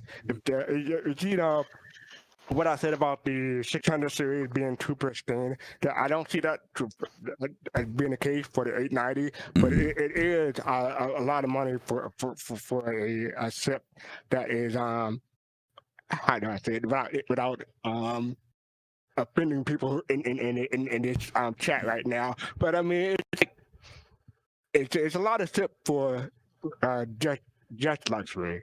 Yeah. But it does have, it has a lot of hull, or a lot of armor. You can take a punch, but yes, I agree. But for that kind of money, I can't. No, not for me. and I don't think there's any offense to that, because I think that luxury, and we'll talk about this again in the second half, but I think that luxury is not about value in the sense of the metal and just the items and the materials that make it up. luxury is something that Jorunn said earlier. It's about lifestyle, and is there value to that? The one thing that this video shows us is the social dynamic of the ship. Even though there are these little side things with it being tapped by these fighters, and you see a couple people go out in the 85X and do some flying. But if you look at what the real focus of this ship is, it's about a bunch of people who are getting together and having a good time. And for people who are hosting that value is there for them. Where other people would say, I'd rather put my value in a Kraken, right? Because that's where my focus is, you know what I mean? Or it's a merchantman because that's where my value is because of trading. So I think that, again, don't get me wrong, it's steep. You're absolutely right. And technically the 890 is an in-game ship, right? Like a Kraken is, or a privateer. You know, you started a merchantman, but a privateer is a whole nother level of when you start talking about trading, right? So this is definitely an in-game ship for people who are into luxury. The good thing is that we do have these other intermediate levels of like a Phoenix or a 600 that people can still step into those careers, you know? Real quick, I just want to say the base radio has a 890. Like you say, it's considered an org ship. Mm-hmm. So the base radio has it for the station. So we have our own party boat. Mm-hmm. They have polls. What people are going to do with the polls, I'll leave it up to your own imagination. But yeah, it's going to be a fun time. That's awesome. Vulcan Raven, Vectrio, Alpha Zero, Pickle Skin, Pale Musedib, and Court. I guess that's Cortius. Thank you guys for the follow. We appreciate you guys hanging out with us. We're going to take a quick break because we do want to get into this discussion talking about luxury. That is one of the big things that we want to talk about in the career. We want to get you guys thoughts and opinions on luxury too. But before we do that, we want to do a special appeal today. There's a friend of ours who's in SQUADRON, doesn't know anything about this, but the person's family recently had some bad things happen. I'm going to show you a video that was recorded by the news station there in their town. The mother's elderly. Home was hit by basically a microburst tornado about a week and a half ago.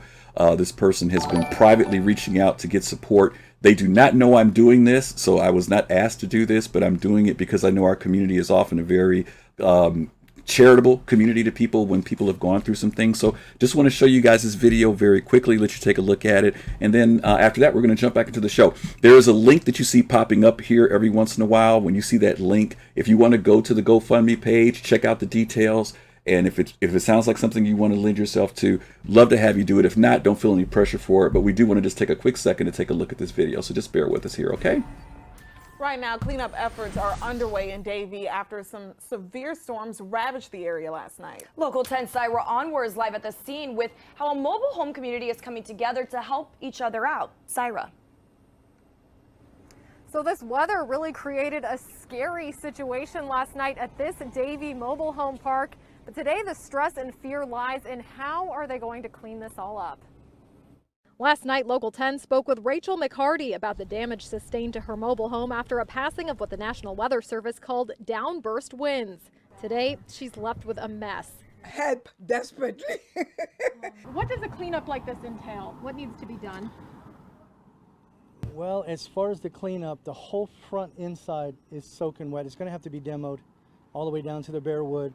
Then you'll have to check the bare wood to see if it's any good. It needs to be replaced. But kind neighbors like Marco Ramalotti lending a hand with the cleanup. Trees everywhere, mailboxes knocked down, and obviously this lady lost her roof. But with damage this bad, they could use a hand from you. I went and got her tarps. I have a ladder. What I'm asking for the public, please, anybody can come out here and help us put these tarps up. So we are at Park City Estates in Davie. That's off of Southwest 83rd Terrace. You heard Marco earlier. If you're in the area, they could really use a hand. They've got some heavy tarps that they need help lifting, to help this woman who's already been through so much. Her mobile home's basically destroyed. So come out here and help. Again, Park City Estates. We're live in Davie. Syra Onward, Local 10 News. So just shared that with you guys. I know there are people who first thing people have asked is, well, didn't they have insurance? And the reality is she's an elderly woman on fixed income. She had let her insurance lapse. Her kids didn't know about it and they didn't find out till afterwards. So they are pooling their resources together to help their mom out. But if any of you all want to be able to help out, the link is there in chat. Feel free to take a look at it. The details are there. The money's going straight to them in their GoFundMe. We're not getting anything, but we just want to put that out there. So thank you guys for the attention there and for and checking out that video. So let's go to part 2 here. Let's jump into this subject about luxury touring. Is there such a thing? Is there any games out there that have had something called luxury or touring before? Jorunn, this is a big area for you. With you being the guest, I'm going to throw this question at you first. Have you seen any games that have ever, other than games like A Second Life, where actually that kind of spreads into it? But I'm talking about games like this, MMORPGs beyond Second Life. Have you ever seen anything where people have kind of said that there's going to be a career called luxury or touring? Well, for a career, I don't think there's other games that have ever really had anything like this, because nobody's tried to build an immersive universe that doesn't have like very specific game loops. I don't know if you already had VIP transport on your on the agenda for the show. You can talk about it. Feel free.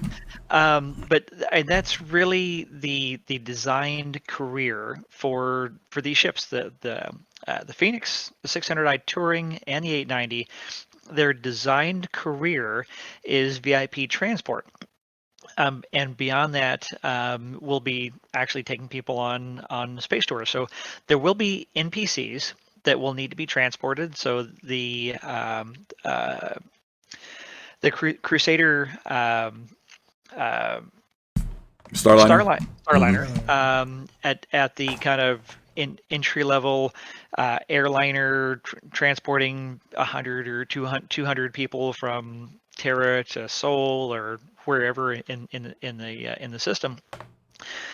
Those are going to be okay. You buy a ticket; it's not very expensive. But if you want to travel in a little higher style, then you can pay for a trip on a Phoenix or on a 600i, or at the very, very, very high end, like if it's one of the UEE senators or somebody a massive corporation owner who's traveling and wants to charter a ship to go from point A to point B.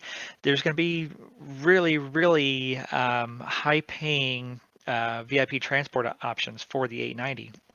And Todd Pappy brought that up on a Star Citizen Live probably about 3 months or so ago. He brought that up again. So a lot of people aren't aware that is going to be an intended gameplay loop, as it were, for NPCs that will be offering transport contracts. Needing to go from point A to point B. And there's a bit of controversy about that because the 600 Q&A that came out, Ben Lesnick was out for eye surgery for a couple of weeks, and so he wasn't actually working when the Q&A came out, the 600i sale came out, and there was a comment on there by the dev who was answering the questions, who didn't really understand it very well, who said that no, it's not a VIP transport ship, which, like, to this day they have not taken that down, and I am so triggered by that. It's like I need to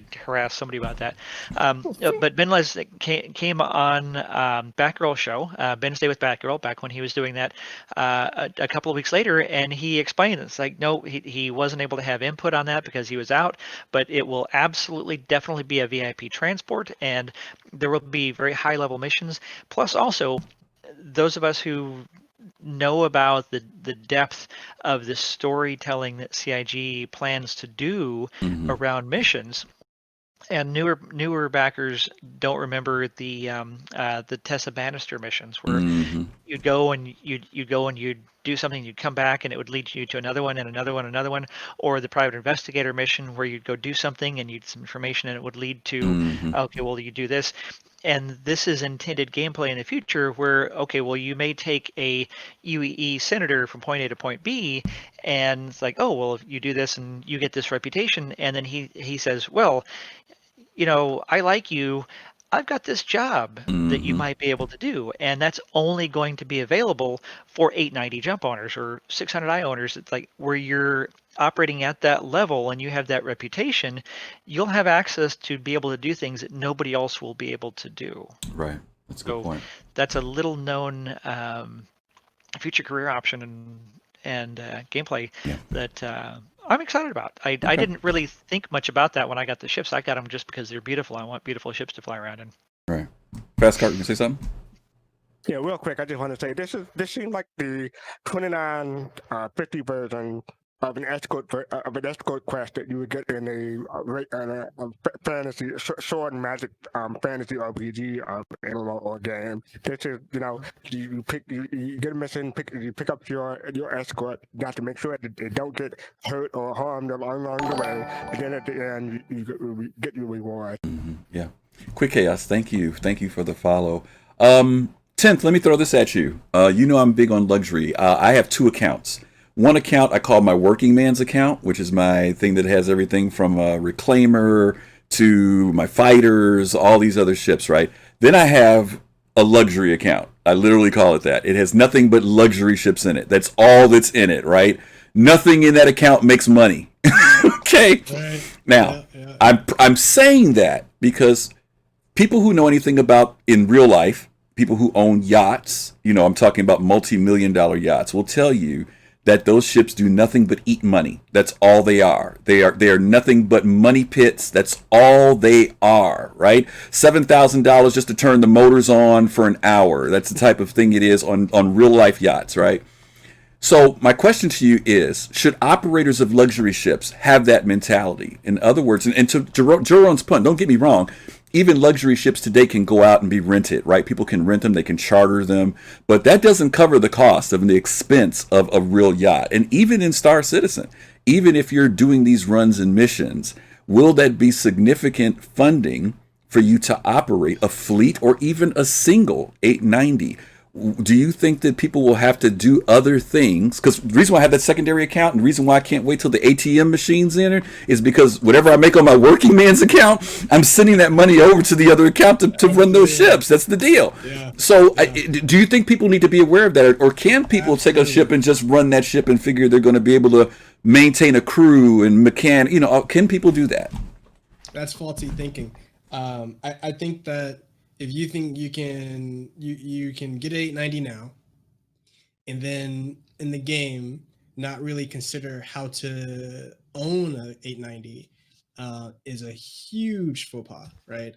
My world is finance and accounting, and you have to count these dollars and cents as you get up there, and if you don't, it becomes a true that thing is going to be sitting in your fleet for a while until you figure out how to get your revenues up enough to cover the cost of expense for your entire fleet.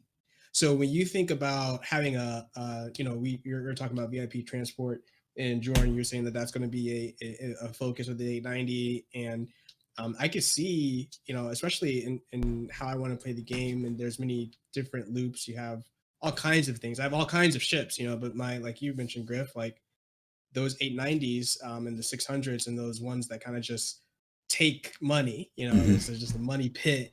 You're going to need to figure out how you that you do work maybe on another account or on the same account with different kinds of ships, so for instance, you might charter out the 890 for a while and just jack the cost up, to maybe just cover the cost of the gas, the staff, the you name it, so that you don't incur any cost with renting that ship out. But I can almost think about a situation. I think J2 in chat was mentioning about the Starliner earlier, where if you, and I think we talked about it on the show before too, where if you get a Starliner and you have these commercial hubs at all your major like Area 18s, your New Babbages, et cetera, where you can get a license to operate as a carrier out of these different places, those become areas where you can transport NPCs, granted in kind of a sardine fashion with the Starliner.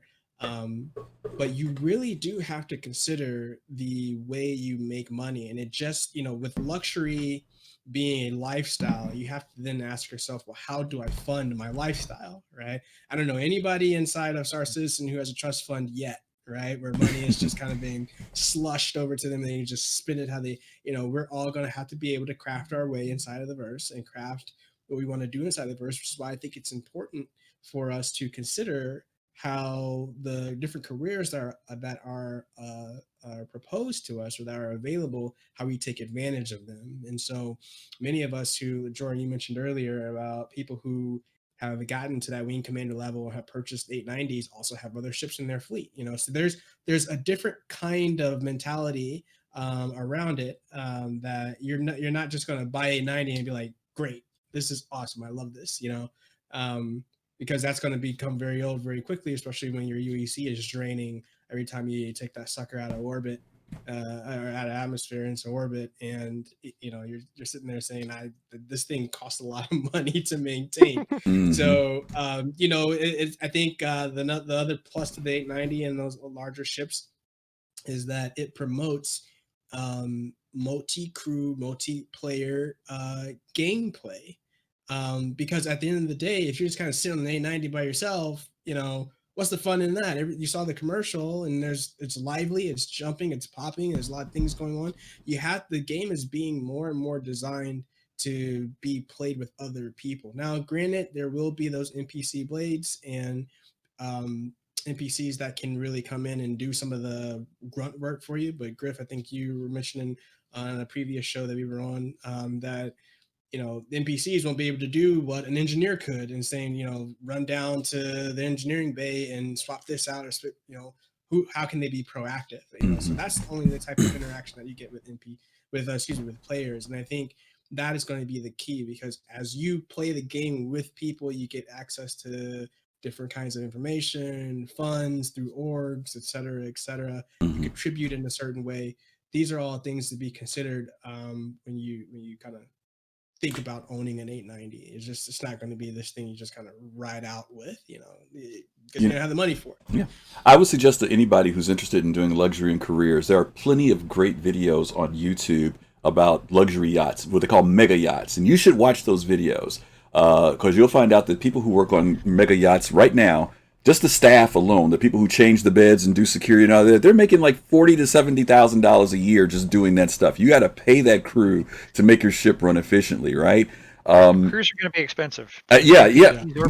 Exactly. And here's some things that I think Jorunn alluded to this a little bit earlier. There are factors that people aren't thinking about yet. You have to have backup components on your ship in case something fails. How much do capital components cost in the game? It's going to be ridiculous, let alone hydrogen, fueling, repairs, compensation for the people who are helping you out on the ship. These are all factors. And mind you, I know there's some people who aren't going to role play at this level. There are going to be some people who are going to say, yeah, me and my 3 friends are going to take the 890 out. Well, good luck with you doing that. That's all I got to say ahead of time. Fastcart, were you going to say something?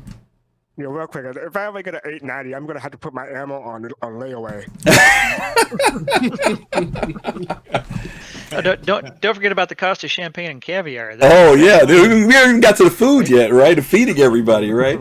Lord Styles, Styphus, and Prampster all had some real good points here. Lord Styles says, when immersion reaches the level where we can make our own game loops and invent new ways to make money, the SC economy is going to boom. I agree with you 100%. Styphus says, I think that just in terms of the game mechanics, I think the 890 jump won't be a money sink. It has utility, and it can refuel itself over time. Quantum fuel isn't that expensive. This leaves just repairs, which, yes, in case of a capital components, can be hefty. Also, it can be dealt with simple insurance fraud. There you go, guys. Make sure you write that down. And then lastly, Prampster says you need a structure that helps you stack money and pile it, so that you can spend it on your yacht. Steel barons, anyone? You need many Orions to make cash. And to your point, Pram, so that's what I'm saying. My working account is about making money primarily. I mean, I'm going to be surviving with that account. That's my main account. But a lot of that money is literally going to be transferred over to that other account so that I can fund those ships. Because I don't want to have the restriction of, because I don't have enough money, I can't use them. And yachts aren't out on the water all the time. They're in the hangars a lot of time. But when you take them out, you want to take them out in style. You want to be able to bring your friends on. You want to, maybe you'll charge your people. Maybe you won't. Maybe you tell all your people, hey, pile on. Don't worry about it. I'm covering it. But trust me, it's going to cost money to run these ships. If Fastcart, go ahead. Well, For the people here, Jorunn, Griffin, and Tent, what happens if you can't cover having a ship in your hangar for a certain period of time? What are you going to do? Are you going to like throw it on a back burner, or like lend it or sell it temporarily on a loan and hope you get it back? Or what happens if that happens to you? I think we're all planning on being pretty space rich here. Mm-hmm. Yeah. I mean, but yeah, you can plan on that, but stuff happens. Yeah. Well, it's a conversation that's needless to say, we've got over 700 890 jump owners in one concentrated place. The conversation has come up a lot over the past several years, and we have a few owners that they have an 890 and a snub ship, and that's it. Mm-hmm. And these guys, they're going to work very, very hard at the utility earning potential of the 890, and it does have it. You're going to have to work really hard at it. You might, like fastcart says, like if you're not really being very smart and very careful, you might come up short. Just like people that are running a business on a tight shoestring budget, like if something happens and your expense, like one of those capital power plants goes out, that's it's a $500,000 UEC right there to replace that. I was like, oh crap, I'm gonna have to go get a job on somebody else's ship here to, well, this thing's in mothballs. But most of the rest of us, I plan on spending a lot of our time with our cargo fleets or mining fleets and making a lot of money, and that's going to fund our time with our 890s to just take it out. Like most wealthy people, they run their business empires, and then I've got a free weekend. I'm going to go down and take the yacht out to Monaco and spend some time with my friends and watch the yacht show or the art show or what have you. So I think most 890 jump owners have a pretty solid plan. By the time you're investing that kind of money into this project, and you're talking thousands and thousands to tens of thousands of dollars in spaceships at this early stage, or years ago, I know people that they put in 10,000 at the Kickstarter, and they're in the $1 Million High Club. And these guys saw the vision that Chris had, and it's like, I'm in 100%. This is what I want. This is what I've wanted since I was a kid, and I'm 40 years old or whatever, and now we're 50 plus. If I'd had the money at that point, I probably would have too. But I was like, whatever little extra, because this is going to be the next 20 to 30 years of my entertainment. This is it, and I'll be buying UEC to supplement, because I have a good paying job, and I work really hard in the real life. I don't want to work really hard in my second life, my third life, in space. So yeah, I'm going to have a business empire, but mostly it's for me to relax. And I plan on spending money to buy UEC. That's not going to be a major support. I don't know where that's going to balance out in the future, but I fully intend to supplement my income. So like in Second Life, some people work in Second Life to earn money to buy clothes and avatar upgrades and furniture and houses and stuff. I buy lindens, so it's like, all right, it's like they're $20. Like there's 5,000 lindens, and I can go and tip DJs and buy some furniture or whatever, and because like I've got a little more money than time. Yeah. And that makes sense. CIG has that plan. And I wanted to touch on J2 had a comment a bit earlier. I kept that from scrolling. He's talking about transporting passengers in a flight sim, but otherwise hasn't heard of that in another game. I don't know who's played Elite Dangerous. A couple of years ago, I went to go play about 50 hours of Elite just so I'd know what it was like. Plus, also, there was no space trucking, cargo hauling in Star Citizen at the time, and I needed it badly, so I went over there and I did some space trucking. I got bored after 50 hours, but they do have passenger transport. So in the same ship that you go mining with or combating with or whatever, your same ship, you buy a module, and that's a passenger module. And you go to a station and it's like, okay, well, I want to pick up this much freight. I want to pick up this many passengers, and I'm going to go from this point to that point. And there's nothing really involved there, but technically you're transporting the cargo of passengers. They added the whale. Yep. And then there's some really high level ship in Elite Dangerous. It's the whale, the one I'm talking about, the whale, the big one. Yeah, the big whale fancy ship, which has VIP transport, which is more pays higher. I don't know that much because I only played 50 hours. I got like 2 or 3 ship upgrades. Yeah. So here it's going to be a lot more involved. You're going to have actual people walking on your ship, and you're going to have to entertain them, and you got to have a bartender, and you got to make sure that they're happy, and going to be a whole different sort of thing, which I don't plan on doing very much of because it kind of sounds like a pain in the ass. But if there's only two or three really high-paying VIPs that are going to result in interesting gameplay opportunities or adventures, storyline stuff. I love storyline stuff. It's like I'm the guy that plays WoW, and like I read all the quests. Like I don't click through stuff. So I read it, and then like I read all the. Oh, there's something on the wall. I go over and I read that. And, like that's. I'm more in it for the storyline and the experience. Ibra Citizen, thank you for the bits. And Admiral Kasanji, I want to respond to that fast car. I want to respond to his thing real quick. He says, I just think that one character should be able to do the work and be able to enjoy it. Why make 2 to 50 accounts when you're in the verse 50% or 2% of the time with your main tune? And I agree with you, Admiral. Let me explain why I have 2 accounts. I came out of EVE, and for those of you who are EVE players, you know that many times people had multiple accounts because quite often they would be doing 2 different things. In EVE, I would have maybe one person doing the mining, and then I'd have my second character be hauling the resources back and forth to trade so that I wouldn't have to stop. When I came into Star Citizen, because I didn't know how Star Citizen was going to be laid out in the early days, I kind of just brought that same mentality to the game. As I found out that Star Citizen would be a game that I could do everything with one character, my attempt at that point was to merge these 2 accounts, because originally mining was a big thing I wanted to do. So my main account had my mining ships, my secondary account had cargo. When I called CIG and said, hey, can I merge my accounts? They said, nope, can't do that. So what I was able to do is gift a lot of my ships over to my main account, but there was about $800 worth of ships I couldn't gift because they had been credited and traded and all that other stuff, so they were stuck in that account. I asked CIG once again, can I merge my accounts? They said, no, we can't merge accounts yet. So I realized, Jorunn, that with $800 worth of credit, all I had to spend was another $150 and I could get an 890 jump. So, hence the creation of a luxury account. And so at that point, I said, well, I'm going to take all my luxury ships and put them over here. Now, you still may say, well, why didn't you just have all your ships over there? Because we still don't know how the game is going to play out when you are injured or hurt. I wanted to make sure that whenever I want to do luxury stuff, that character can do that solely, and that's what I want to focus on doing. The other account covers every other career, whether it's mining, repair, fighting, everything. So you're right. I'm probably going to spend 70% of my time in that account with that. But the other account, that's the only reason why I have 2 separate accounts, because CIG would just not allow me to merge the 2. I joke about it, but that's the real reason why I have it. I got my other account so that I can go do stuff. My main account, which has all of my ships, I don't intend to die.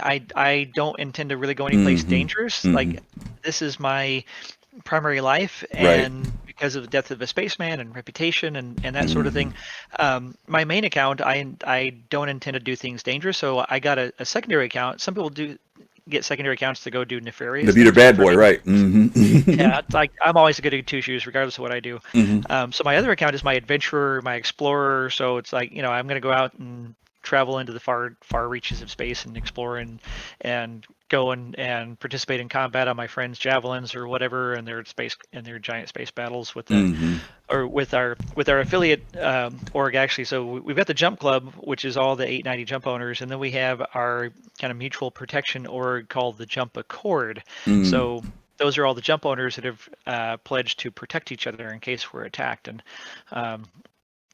so gotcha. Like we'll have some combat ops here and there. And it makes sense. Admiral, one of the Admiral, to answer your question too, the 890 jump has 4 suites and 1 master suite. Fastcart, go ahead. Were you going to say something? Oh, what Jorunn didn't realize is that this was my interview account, my interview attempt to, like, you know, if I ever run out of money, he would pay me that $70,000 a year that you were talking about people working on yacht made. Fastcart, could you question number 4? Toss that out to everybody for us. Question 4. Oh, sure. So Jorunn, what are your ship toys that complement your 890 jumps hangar? Like, what else you have in your hangar besides the 890 jump? You know, in your 890s hangar. I mean, literally in your 890s hangar. What are going to be? Okay. I vary depending on what I intend to do at the time. Like sometimes I may have a 300 series in there, but I rarely do that these days because I prefer to have multiple options. Sometimes I'll have my Reliant because I love my Reliance. It's a great ship. It has the best view of any ship in the verse. It's a nice little two-person flyabout. It has room for an Arrow, a Pisces, 135. So I'm thinking possibly that kind of combination of smaller snubs.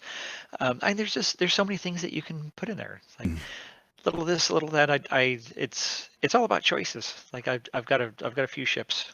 I'm such a snob. I only put luxury ships in mine. I am such a snob. It's so terrible. I can't help it if it's not an 85X or an Archimedes or. You know what? I'm so how big of a snob I am. Well, no. You know how big of a snob I am. I won't even put the what's the anvil thing? The little Pisces. The Pisces. I won't put the chrome one in there. Only the white one goes in there. That's how bad I am. This is terrible. So you only put the P72 in there. You won't put the P52. That darn tootin'. That's right. I know. That's terrible, isn't it? I'm going to admit that I love it. That's kind of my MO as well. 85X or 300 series. Only Origins go on the 90. It just fits. It just works. Yeah. People I surround myself with. Fair enough. Let me talk. I'm gonna toss the next question out there, fastcart. In this one, I'm tossing out mostly to Jorunn and well, actually, I can ask. Mostly Jorunn and Tenth because they have these ships. What do you consider an optimum crew size for those ships, for the 600I and the 890 in particular? What I mean, how many people do you feel should be on those ships to operate them? I can answer that too. Oh, you got it. Okay, fastcart. I'll let you ask first. Then go ahead. Me. That's all you need. That's all you need. Fair enough. Go ahead. Jorunn, what about we'll start with you? Ahead, Or 10th? Okay, 10th. Yeah, 10th's cool. Yeah. So I mean, the 600. I don't see a lot of a need for like a big staff, especially in the touring models. You might have and I'm thinking about it in terms of, you have your pilot, co-pilot, your gunners, your kind of your flight deck crew. But then I'm thinking about how you might have your a bartender and just what will aid in the atmosphere of the ship. So I'm not seeing more than I'm seeing maybe anywhere half a dozen to 10, at the max. Just on which one, the 600 or the 890? Or the 600. And I'm thinking about all the way from the pilot to you got 4 beds down there. So you can have people who are working, people who are kind of who are rotating shifts. Okay.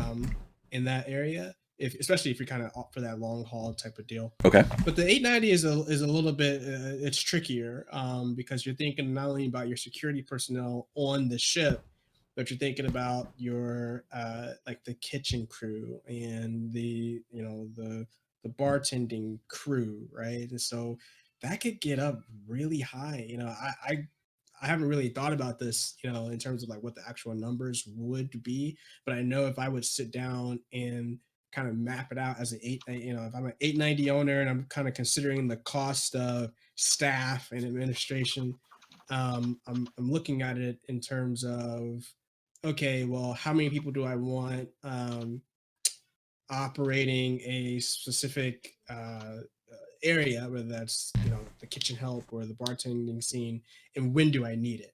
So I'm at any given time I might have a roster filled with staff, but I might have 12 to 15 of them active at a time. 12 to 15 roughly. Okay.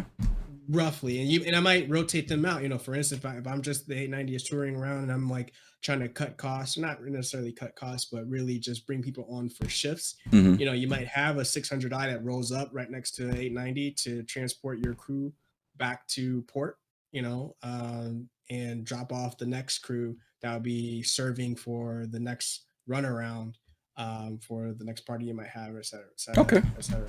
So something like that, maybe. All right. Jorunn, same question. The 600 and then the 890. How many people do you think are optimum for you? Yeah, for me, I've always kind of thought that I'd have like 5 or 6 permanent NPCs as crew. My big ships are the 890, the Carrack, and the Banner Merchantman. Okay. So I figured I'd have 5 to 6 permanent NPCs. Mm-hmm. When I was thinking that was before we got the 890, and it was twice as big as I was expecting. So I would probably scale that up to maybe 8 or so for the 890. I get what you're saying, 10th, and especially if you're going to be doing entertaining and that sort of thing. I'm probably going to be running a more streamlined crew, because depending on what I'm doing, if I'm having a lot of people over, I'll have friends that'll fill in on some of those other necessary roles. Mm-hmm. If I'm doing the VIP transport and I have 4 VIPs on there, then I might staff up to maybe 12. Mm-hmm. Or thereabouts. That way, you've got enough people running the ship, enough people running the passenger support roles, like the bartender, the chef, the wait staff, that sort of thing. Plus, also, you want to make sure that if you are attacked, that you can man all of your weapons. It's like you don't want to be out there soloing your 890 with no weapons. Yeah. Like people do these days. Yeah, that's a good point. I do have a more serious answer to that question. Like for me, my big ship, my favorite ship is going to be the Banner Merchantman, and I'm expecting to have maybe 3 or 4 NPCs on that thing. Mm-hmm. Now, here's the thing, though. My problem with NPCs, though, and you guys have to help me with this because I've heard so many variations of the NPC thing. At one point, Chris talked about, or somebody did, Tony, Zervik, somebody talked about there's only a certain percentage of NPC versus human players. Do you guys remember that? In other words, you can't have a ship that's all NPC. It's only so many NPCs that you can have on a ship. Do you guys remember any of the conversation about that? Okay, so at CitizenCon 2018 in Austin, which I watched multiple times after, I didn't get to watch it at the time. At the very, very end of his hour-long presentation, we got 2 minutes where he talked about this, and he said that he could talk an hour about the subject. And all of us that have large ships and have been debating NPCs, and like Admiral Kunisagi were talking about the Javelin, and it's like its old crew count was 80 because it has so many beds. Like they talked about having 80 crew on the Idris in Squadron 42 to make it feel alive, and people are hot bunking, so you have 3 shifts, and so you're going to have 1/3 of the beds of how many crew you're having on there as you rotate through. Same thing with the Javelin.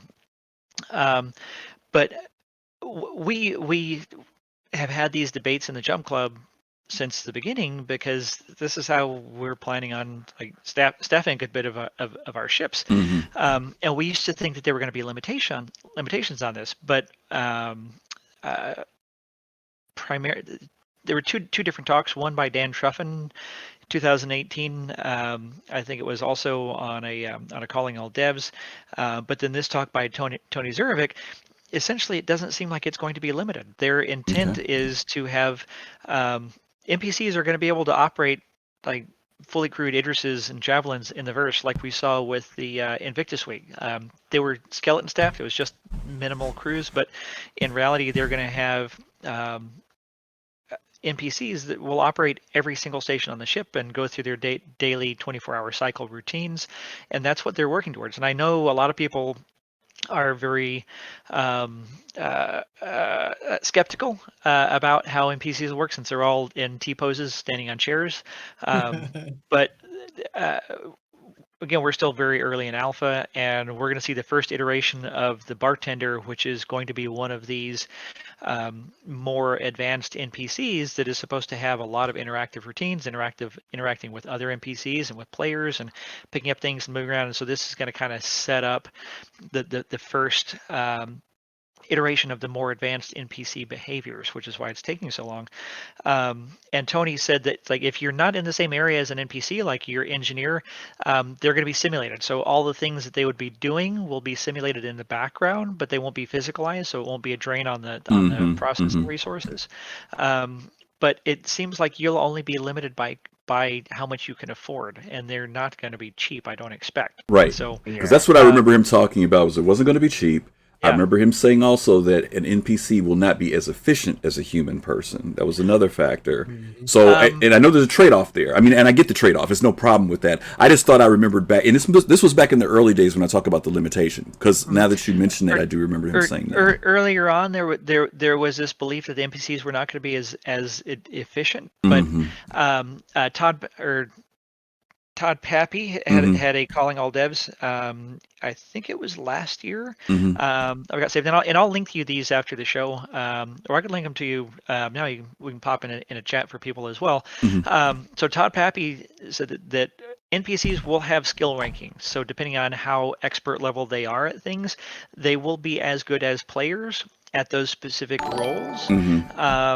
But they're not going to be as flexible, and he didn't go really in depth in this, but so they're going to be able to operate a turret or piloting or engineering and fix things and things, but you're not going to have a tremendous amount of flexibility in you're telling an NPC what to do, and they're not going to be thinking for themselves creatively.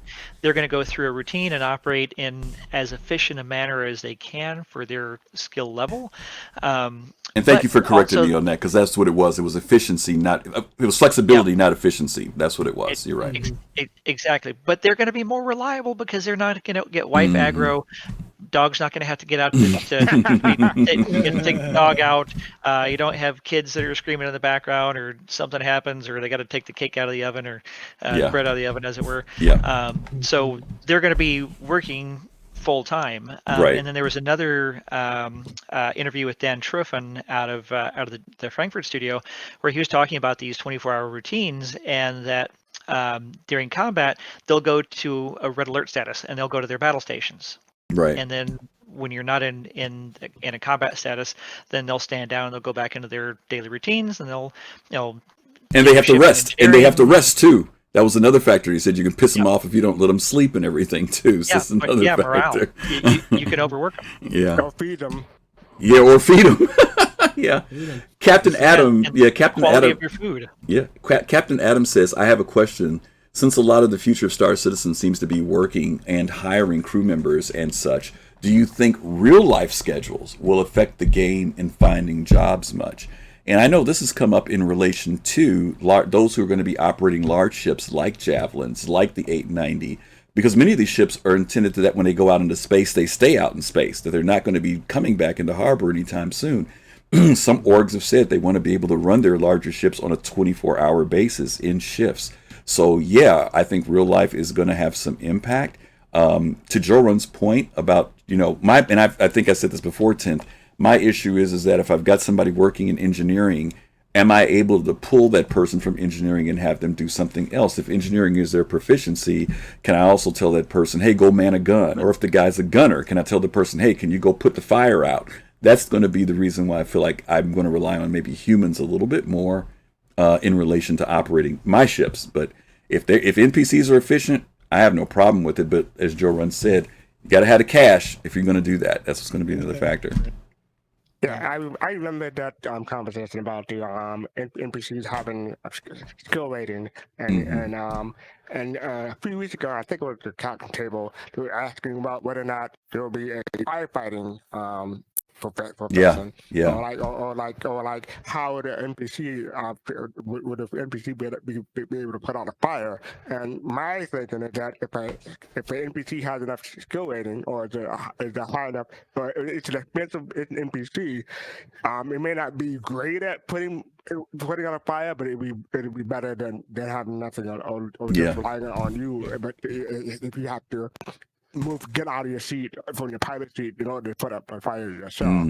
But yeah, I think it'll be interesting. But yeah, it'll be also. I wonder how much the NPCs will cost, or how much they will be charged per week or per month basis, because that'll be interesting too. Yeah. Well, proficiency will definitely play into that too. If you get the low end guy who's low experience, like if it's 5 stars, maybe he only has 1 star, 1.5 stars. Obviously, his price is going to be a lot lower than the guy who's 3.5 or 4 stars. Tenth, I'm gonna throw this question at you, and then we'll move it up to Jorunn and then fastcart. Since touring ships, that so far as we've seen, touring ships are mostly outfitted for defense. How would you respond to the area of PvP or griefing?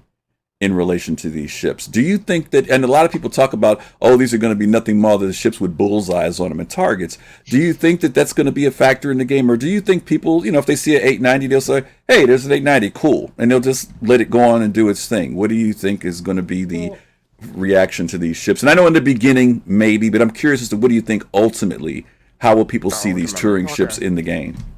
Ultimately, I think it's, you're going to get people who will always see 890, anything from a 300, to 890 as a target. I think it's just going to be a mixture of both.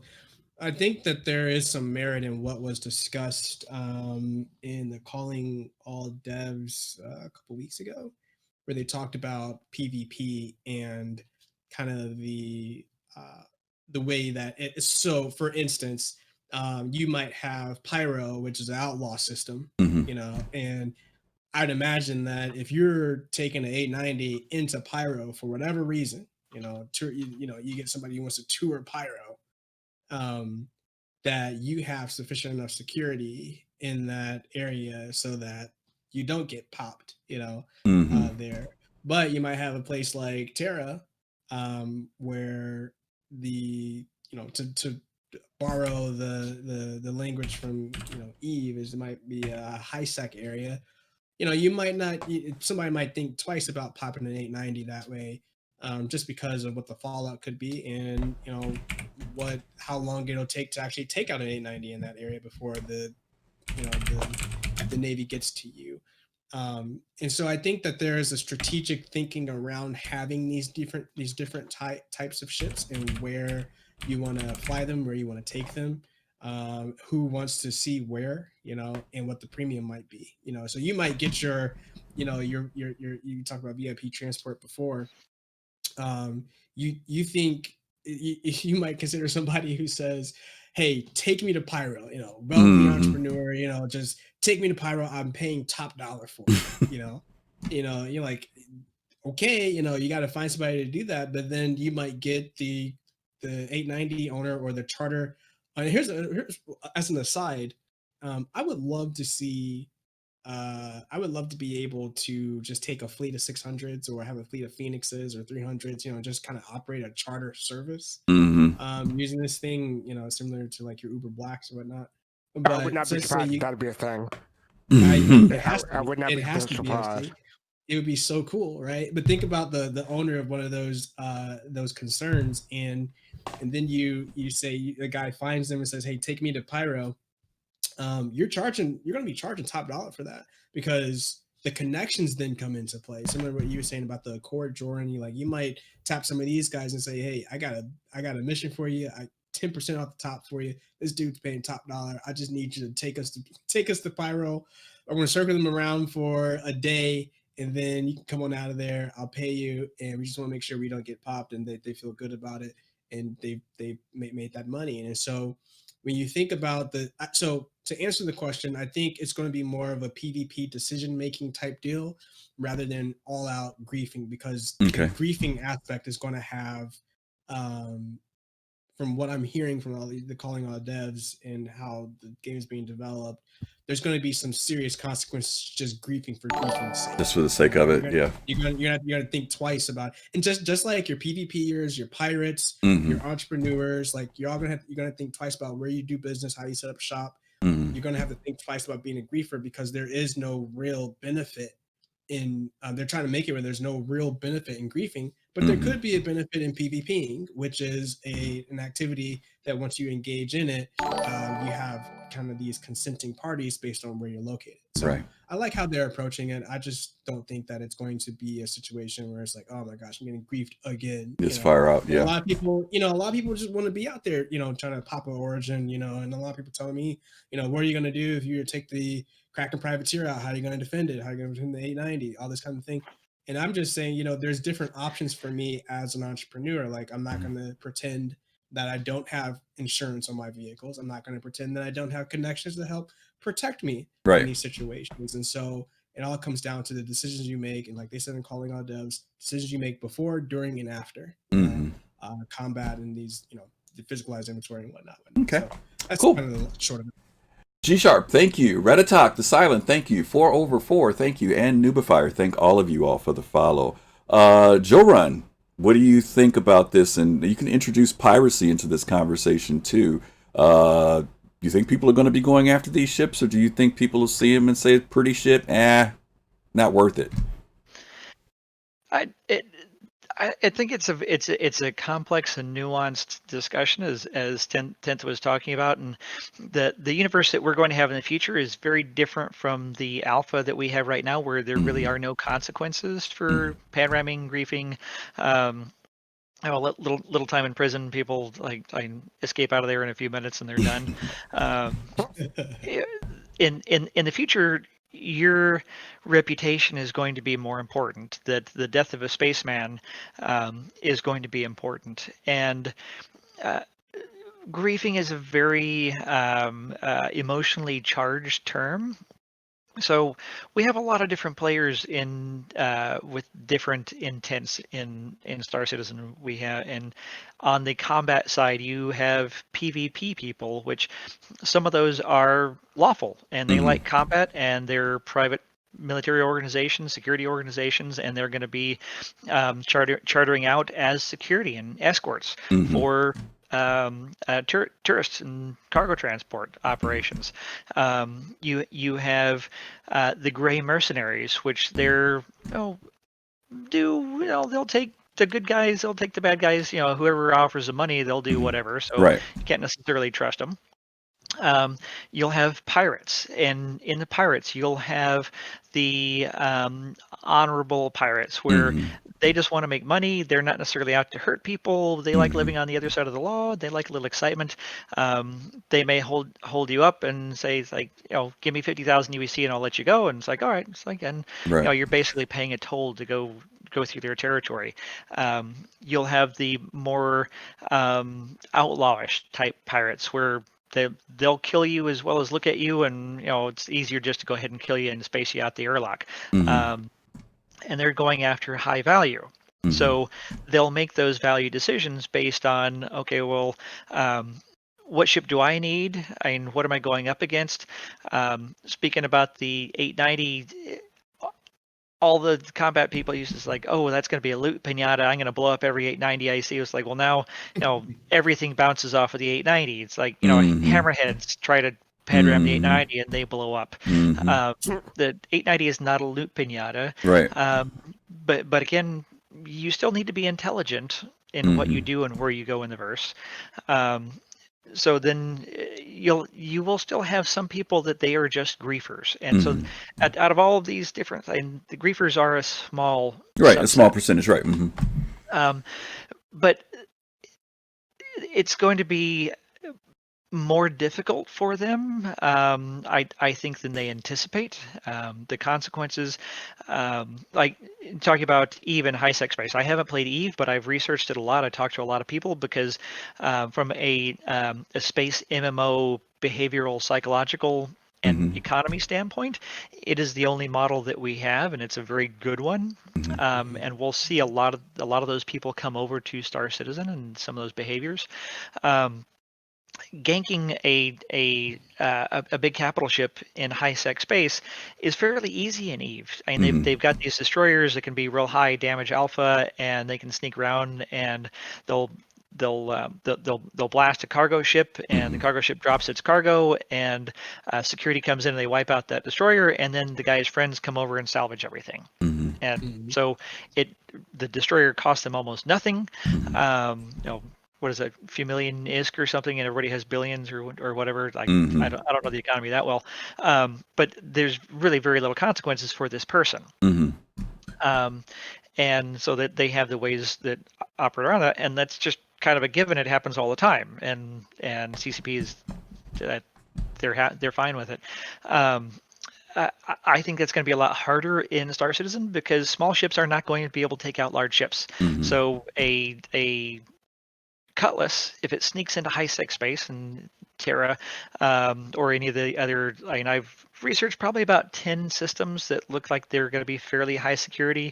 They've talked about Stanton as being a fairly high security system. I don't consider it to be high security. I think I consider it a medium security because there's security around the planets, but away from the planets, there's not. And there was actually a lore piece a few months ago that came out about a Starfarer Gemini that was flying out of Orison at Crusader, taking space tourists to the rings of Yela, and they got hijacked, and the VIP and the not VIPs, but the tourist passengers that were just on there for a tour. So this ties everything together. As a game mechanic, were taken hostage and being held for ransom. Then the security guys had to go and take them out. So that's going to be something to watch out for. It's like getting hijacked and being held for ransom. But a Cutlass taking out an 890 in high-sec space, it's not going to happen. Cutlass taking out a 600 doesn't really happen either. It's like 600s are pretty tough. So if you take a 600 into Pyro with no escort and you run into a group of pirates, you're probably screwed. So from the Care Bear standpoint, that anybody who attacks them is a griefer, don't be an idiot. And like I try to educate my friends as the kind of titular leader of the Care Bears. Don't be an idiot. It's like taking a caterpillar into Jump Town when there's a war going on and you get blown up. It's like, you were kind of an idiot. Sorry. yeah, basically, right. You were not griefed. Yeah. You went into a war zone. Yeah. Like, duh. Yeah. Like I don't trade Tram and Myers. Like everybody's trading Tram and Myers right now, and that's where all the PvP people are gone. It's like griefers, PvP, pirates, everybody. They know that the people that are going over to Tram and Myers, they're blowing them up. Yeah. So to your point, I think that's the thing that I'm worried about in the universe more. I'm not worried about griefers as much as I am worried about traffic lanes and piracy. Just like with real yachts now on the high seas, the pirates are the ones that you have to worry about, right? Other than dealing with the high seas themselves. Don't take your yacht off the coast of Somalia. There you go. Right. Exactly. Why do they do this? Exactly. Like, you see this in the news. Exactly. What kind of idiot were you to go maybe 100 miles outside of away so that you're not.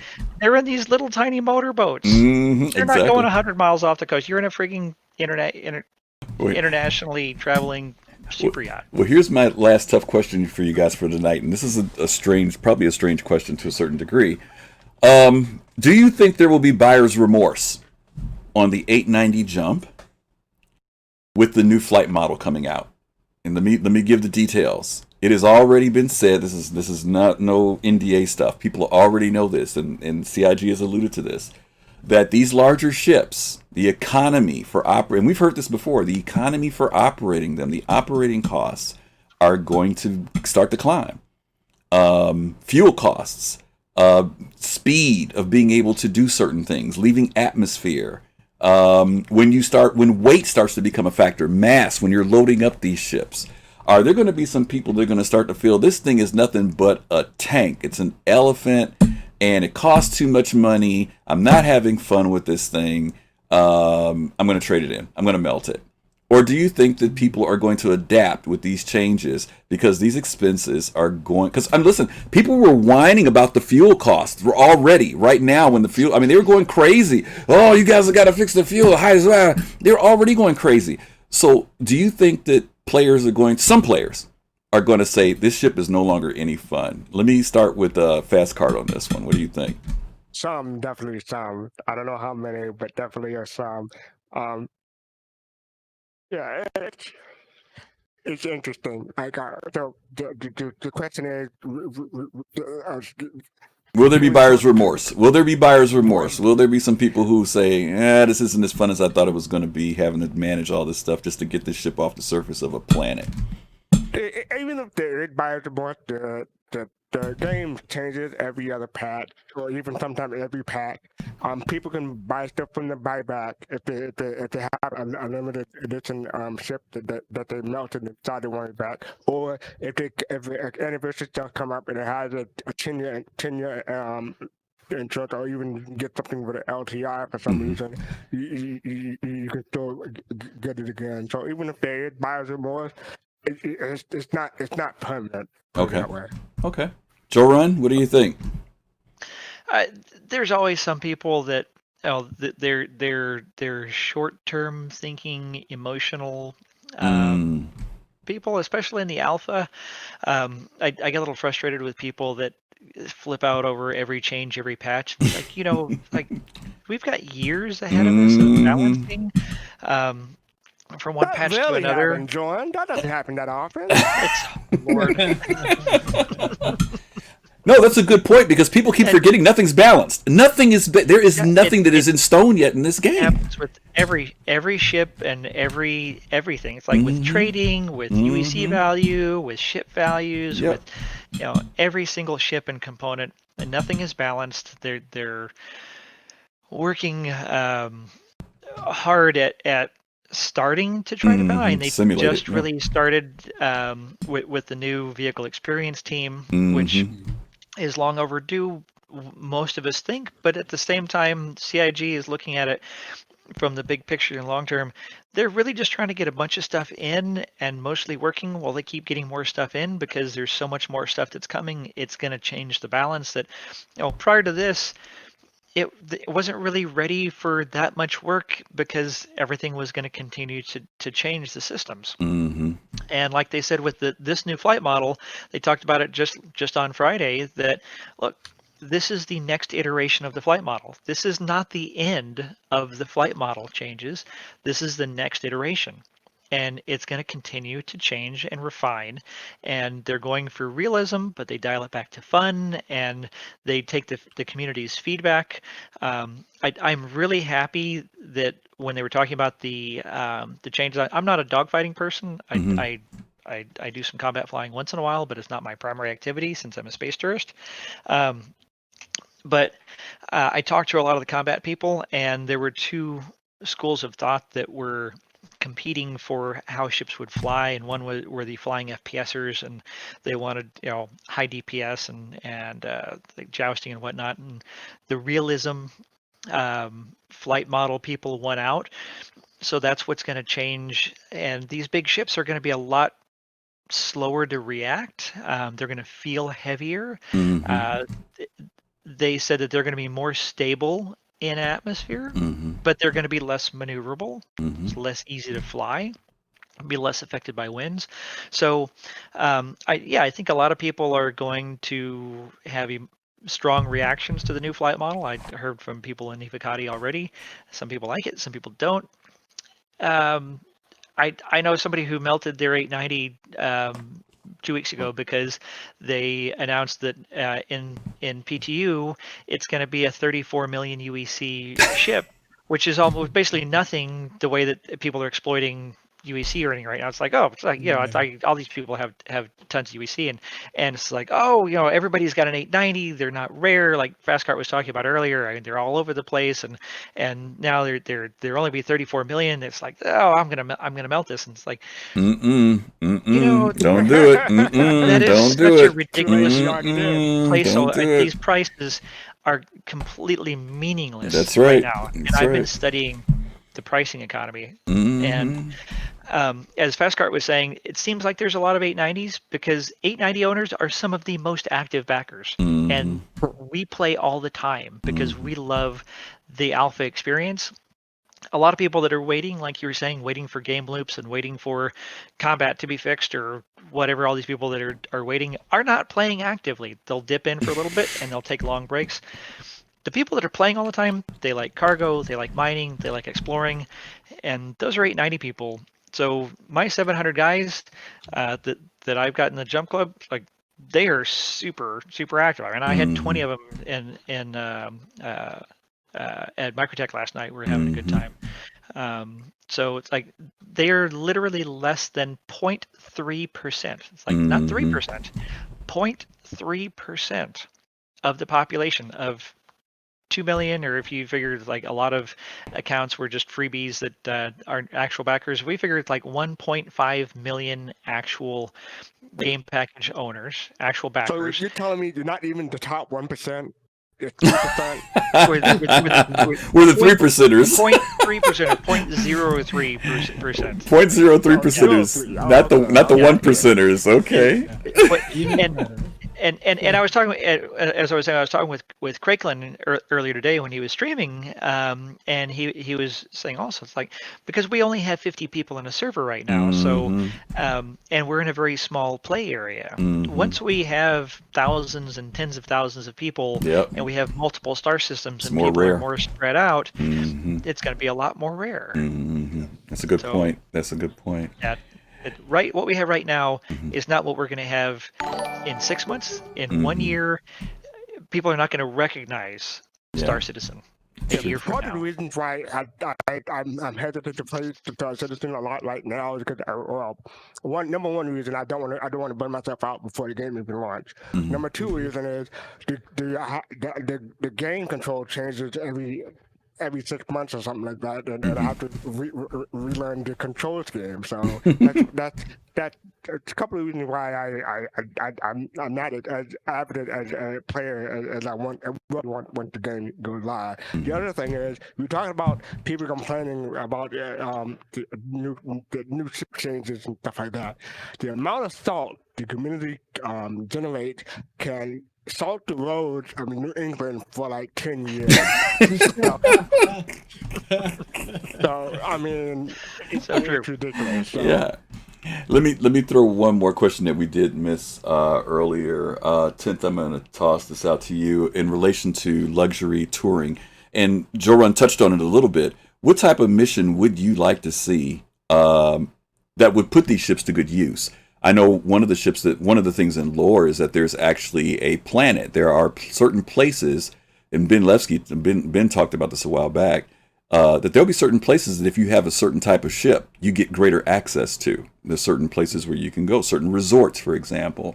Is there any type of mission you would love to see that you could put these luxury or touring ships to use in, beyond just, people who hire you to travel somewhere? Yeah, I think for me, I haven't really thought about it in terms of mission running, but I have thought about it in terms of, orgs who, you get your big corporations who might want to hire, we talked about it earlier, employee shuttle, right? If everybody's kind of, if I'm a, intergalactic corporation and I need to, I have employees are living, in the system over, and we, instead of them taking their ships out, we pay for them to, have access to these different employee shuttles. Or you might talk to shuttle them back and forth or something to that effect. Yeah, shuttle them back and forth. You might have like we talked about the airport deal with the Starliners, or you might just have simple charter fleets like we touched on before. Okay. But as far as mission running, I hadn't really thought about it. I think that you do have your VIP transport, and I think one of the cool things that we're seeing upcoming is the multi-delivery missions. So you might expand that out a little bit more to think about how you might gather up a whole bunch of VIPs at a specific place and just say, hey, this one's going there, this one needs to be dropped off here, and then this one needs to be dropped off here, kind of making the loop, or that one person might need to visit these 3 different places. So gotcha. It's something like that, maybe. Okay. Jorunn, anything that you have? I know you talked about the mission hopping or continuing mission. Anything in particular that you'd like to see specifically? Yeah, and that thing that Ben talked about of stemming from those really high level VIP transport missions, of being led to some unique places that nobody else is ever going to see or have access to. That's what I am super excited about. Okay, that's cool. The pimp named Slickback says, protect the VIP as a mission, right? Yeah. That person who has to get somewhere and they have to get there safely, and there are possibly people pursuing you, or you have to travel through some dangerous passage in order to get them where they have to go. That's a very popular one and a great one. Thank you, Slickback. I like that. Totally expect that sort of thing. That you're going to be transporting VIPs, and it, like Todd Pappy was saying when he was on a couple weeks ago, that he likes to have some tension and some danger in the verse. So it's like transporting a VIP, there might be some bad guys that are laying in wait for you. Mm-hmm. You might want to make sure that you have an escort. Yeah.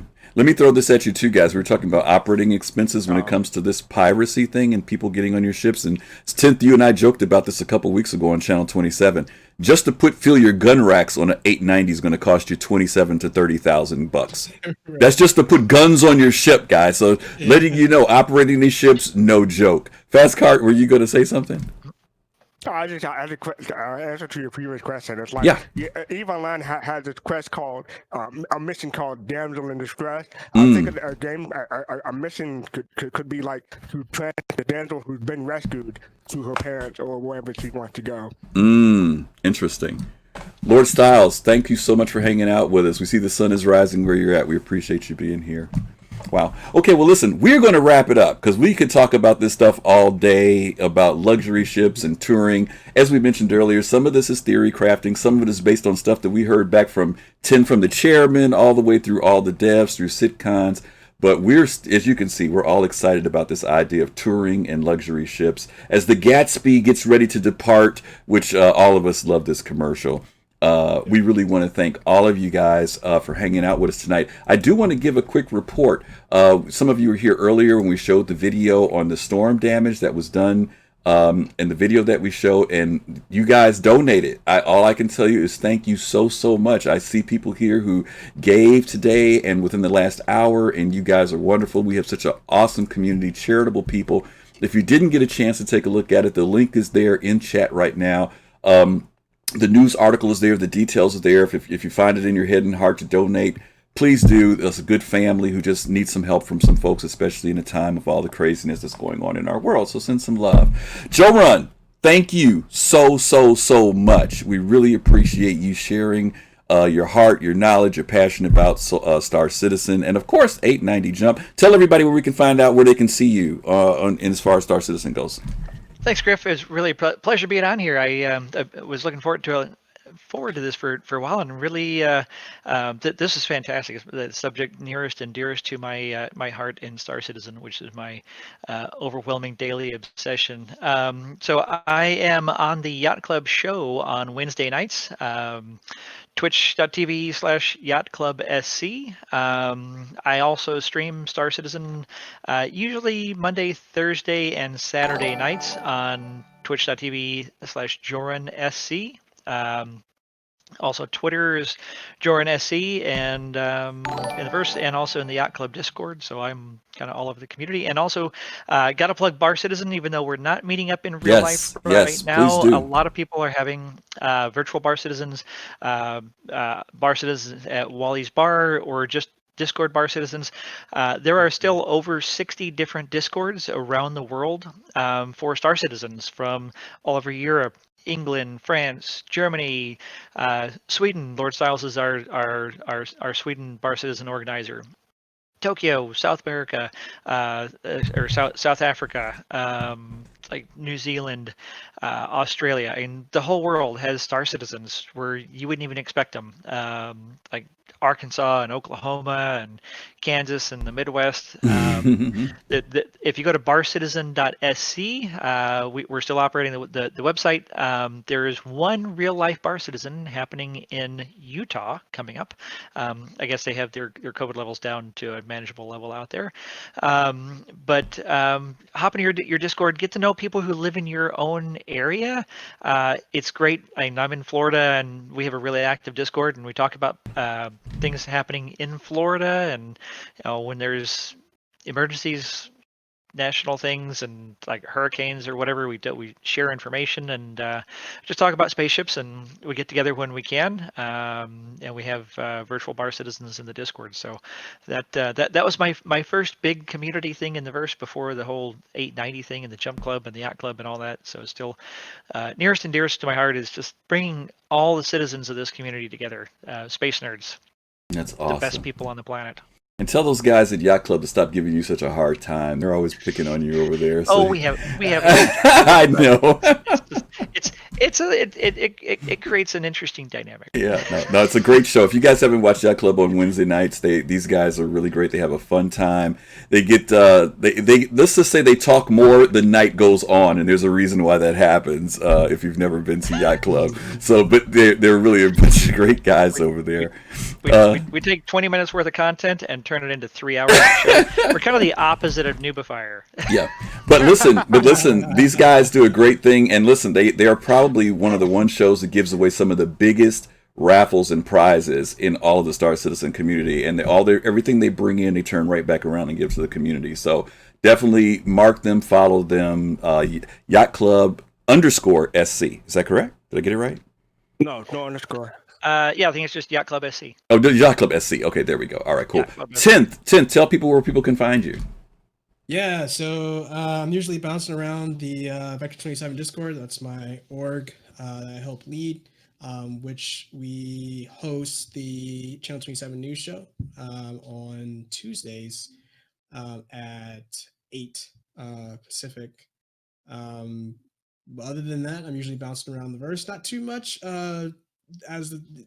these days, but when I do stream, you can find me at twitch.tv/TenthSigma, and I'm usually doing some kind of mission running and AUEC grabbing in the verse. So that's my deal. And then outside of all that, coming on Soul Citizens, doing cool things like this as an awesome community of citizens we have going on here. So really appreciate being a part of projects like this. Awesome. And last but not least, fastcart. But before you say fastcart, I didn't get to say Metal Hatter, Ziku, Calal, Ibronic, Mystic Star SC, and Original Videos. Thank you all for the follows. Fastcart, tell everybody a little bit about you, where they can find you. You can find me on twitter.com/fast_cart. But after the show, I'll be heading over to Jorunn to get me some bread. I'll be happy on my cart right after you finish. I'm excited to try that bread here. Tell everybody what the bread was again. What was it again? The bread? Yeah. It's a Burgundian honey spice bread. It's got a lot of honey, brown sugar, cinnamon, nutmeg, cloves, ginger, allspice. Everybody knows I have a thing for pumpkin spice, and I was wanting a sweet bread because I've been making like French artisan breads here lately, and so I found this recipe and I tweaked a little bit to make it a pumpkin spice bread. So I am so excited. There you go. Sounds awesome. Stop! My cart can only go so fast. All right, guys. But, you can find me on the Base Radio on Tuesday at Miss Hart's 80s show. I have a segment called Follows the Rhythm there. It starts at 8 p.m. Eastern. You can find me on Silver's in Silver's chat on Wednesdays and Fridays for his RPG, Vampire Masquerade. And you can find me on Relay occasionally on Saturday, and sometimes the after pub. Captain Table. Speaking of the Captain Table, Griffin. Oh, Captain's Table. Oh, I'll be on Captain's Table next Saturday evening. Thank you for reminding me about that. I forgot about that. Yeah, next Saturday. I'll be on with Algrid, in fact, so it should be a pretty fun show. Algrid out of Australia. And next week, guys, our show next week, we're taking on a different subject. We're going to be talking about RPGing orgs, rather. We have 3 orgs that are going to be on board with us next week that are going to be talking about what it means to do RPG in an MMO in Star Citizen. And these are folks who are living it. I mean, one of them's a medical org made up of people who are in the medical industry in real life. The other one is Ultimate Energy. Some of you guys may remember them. They were at Star Citizen, CitizenCon in Austin. And then we've got a piracy org that these guys have a code of conduct. So if you want to talk about RPGing, is RPGing something that can happen in the Star Citizen universe? Or are these jokers just, they need to go LARP somewhere? However you want to look at it, we're going to talk about it next week.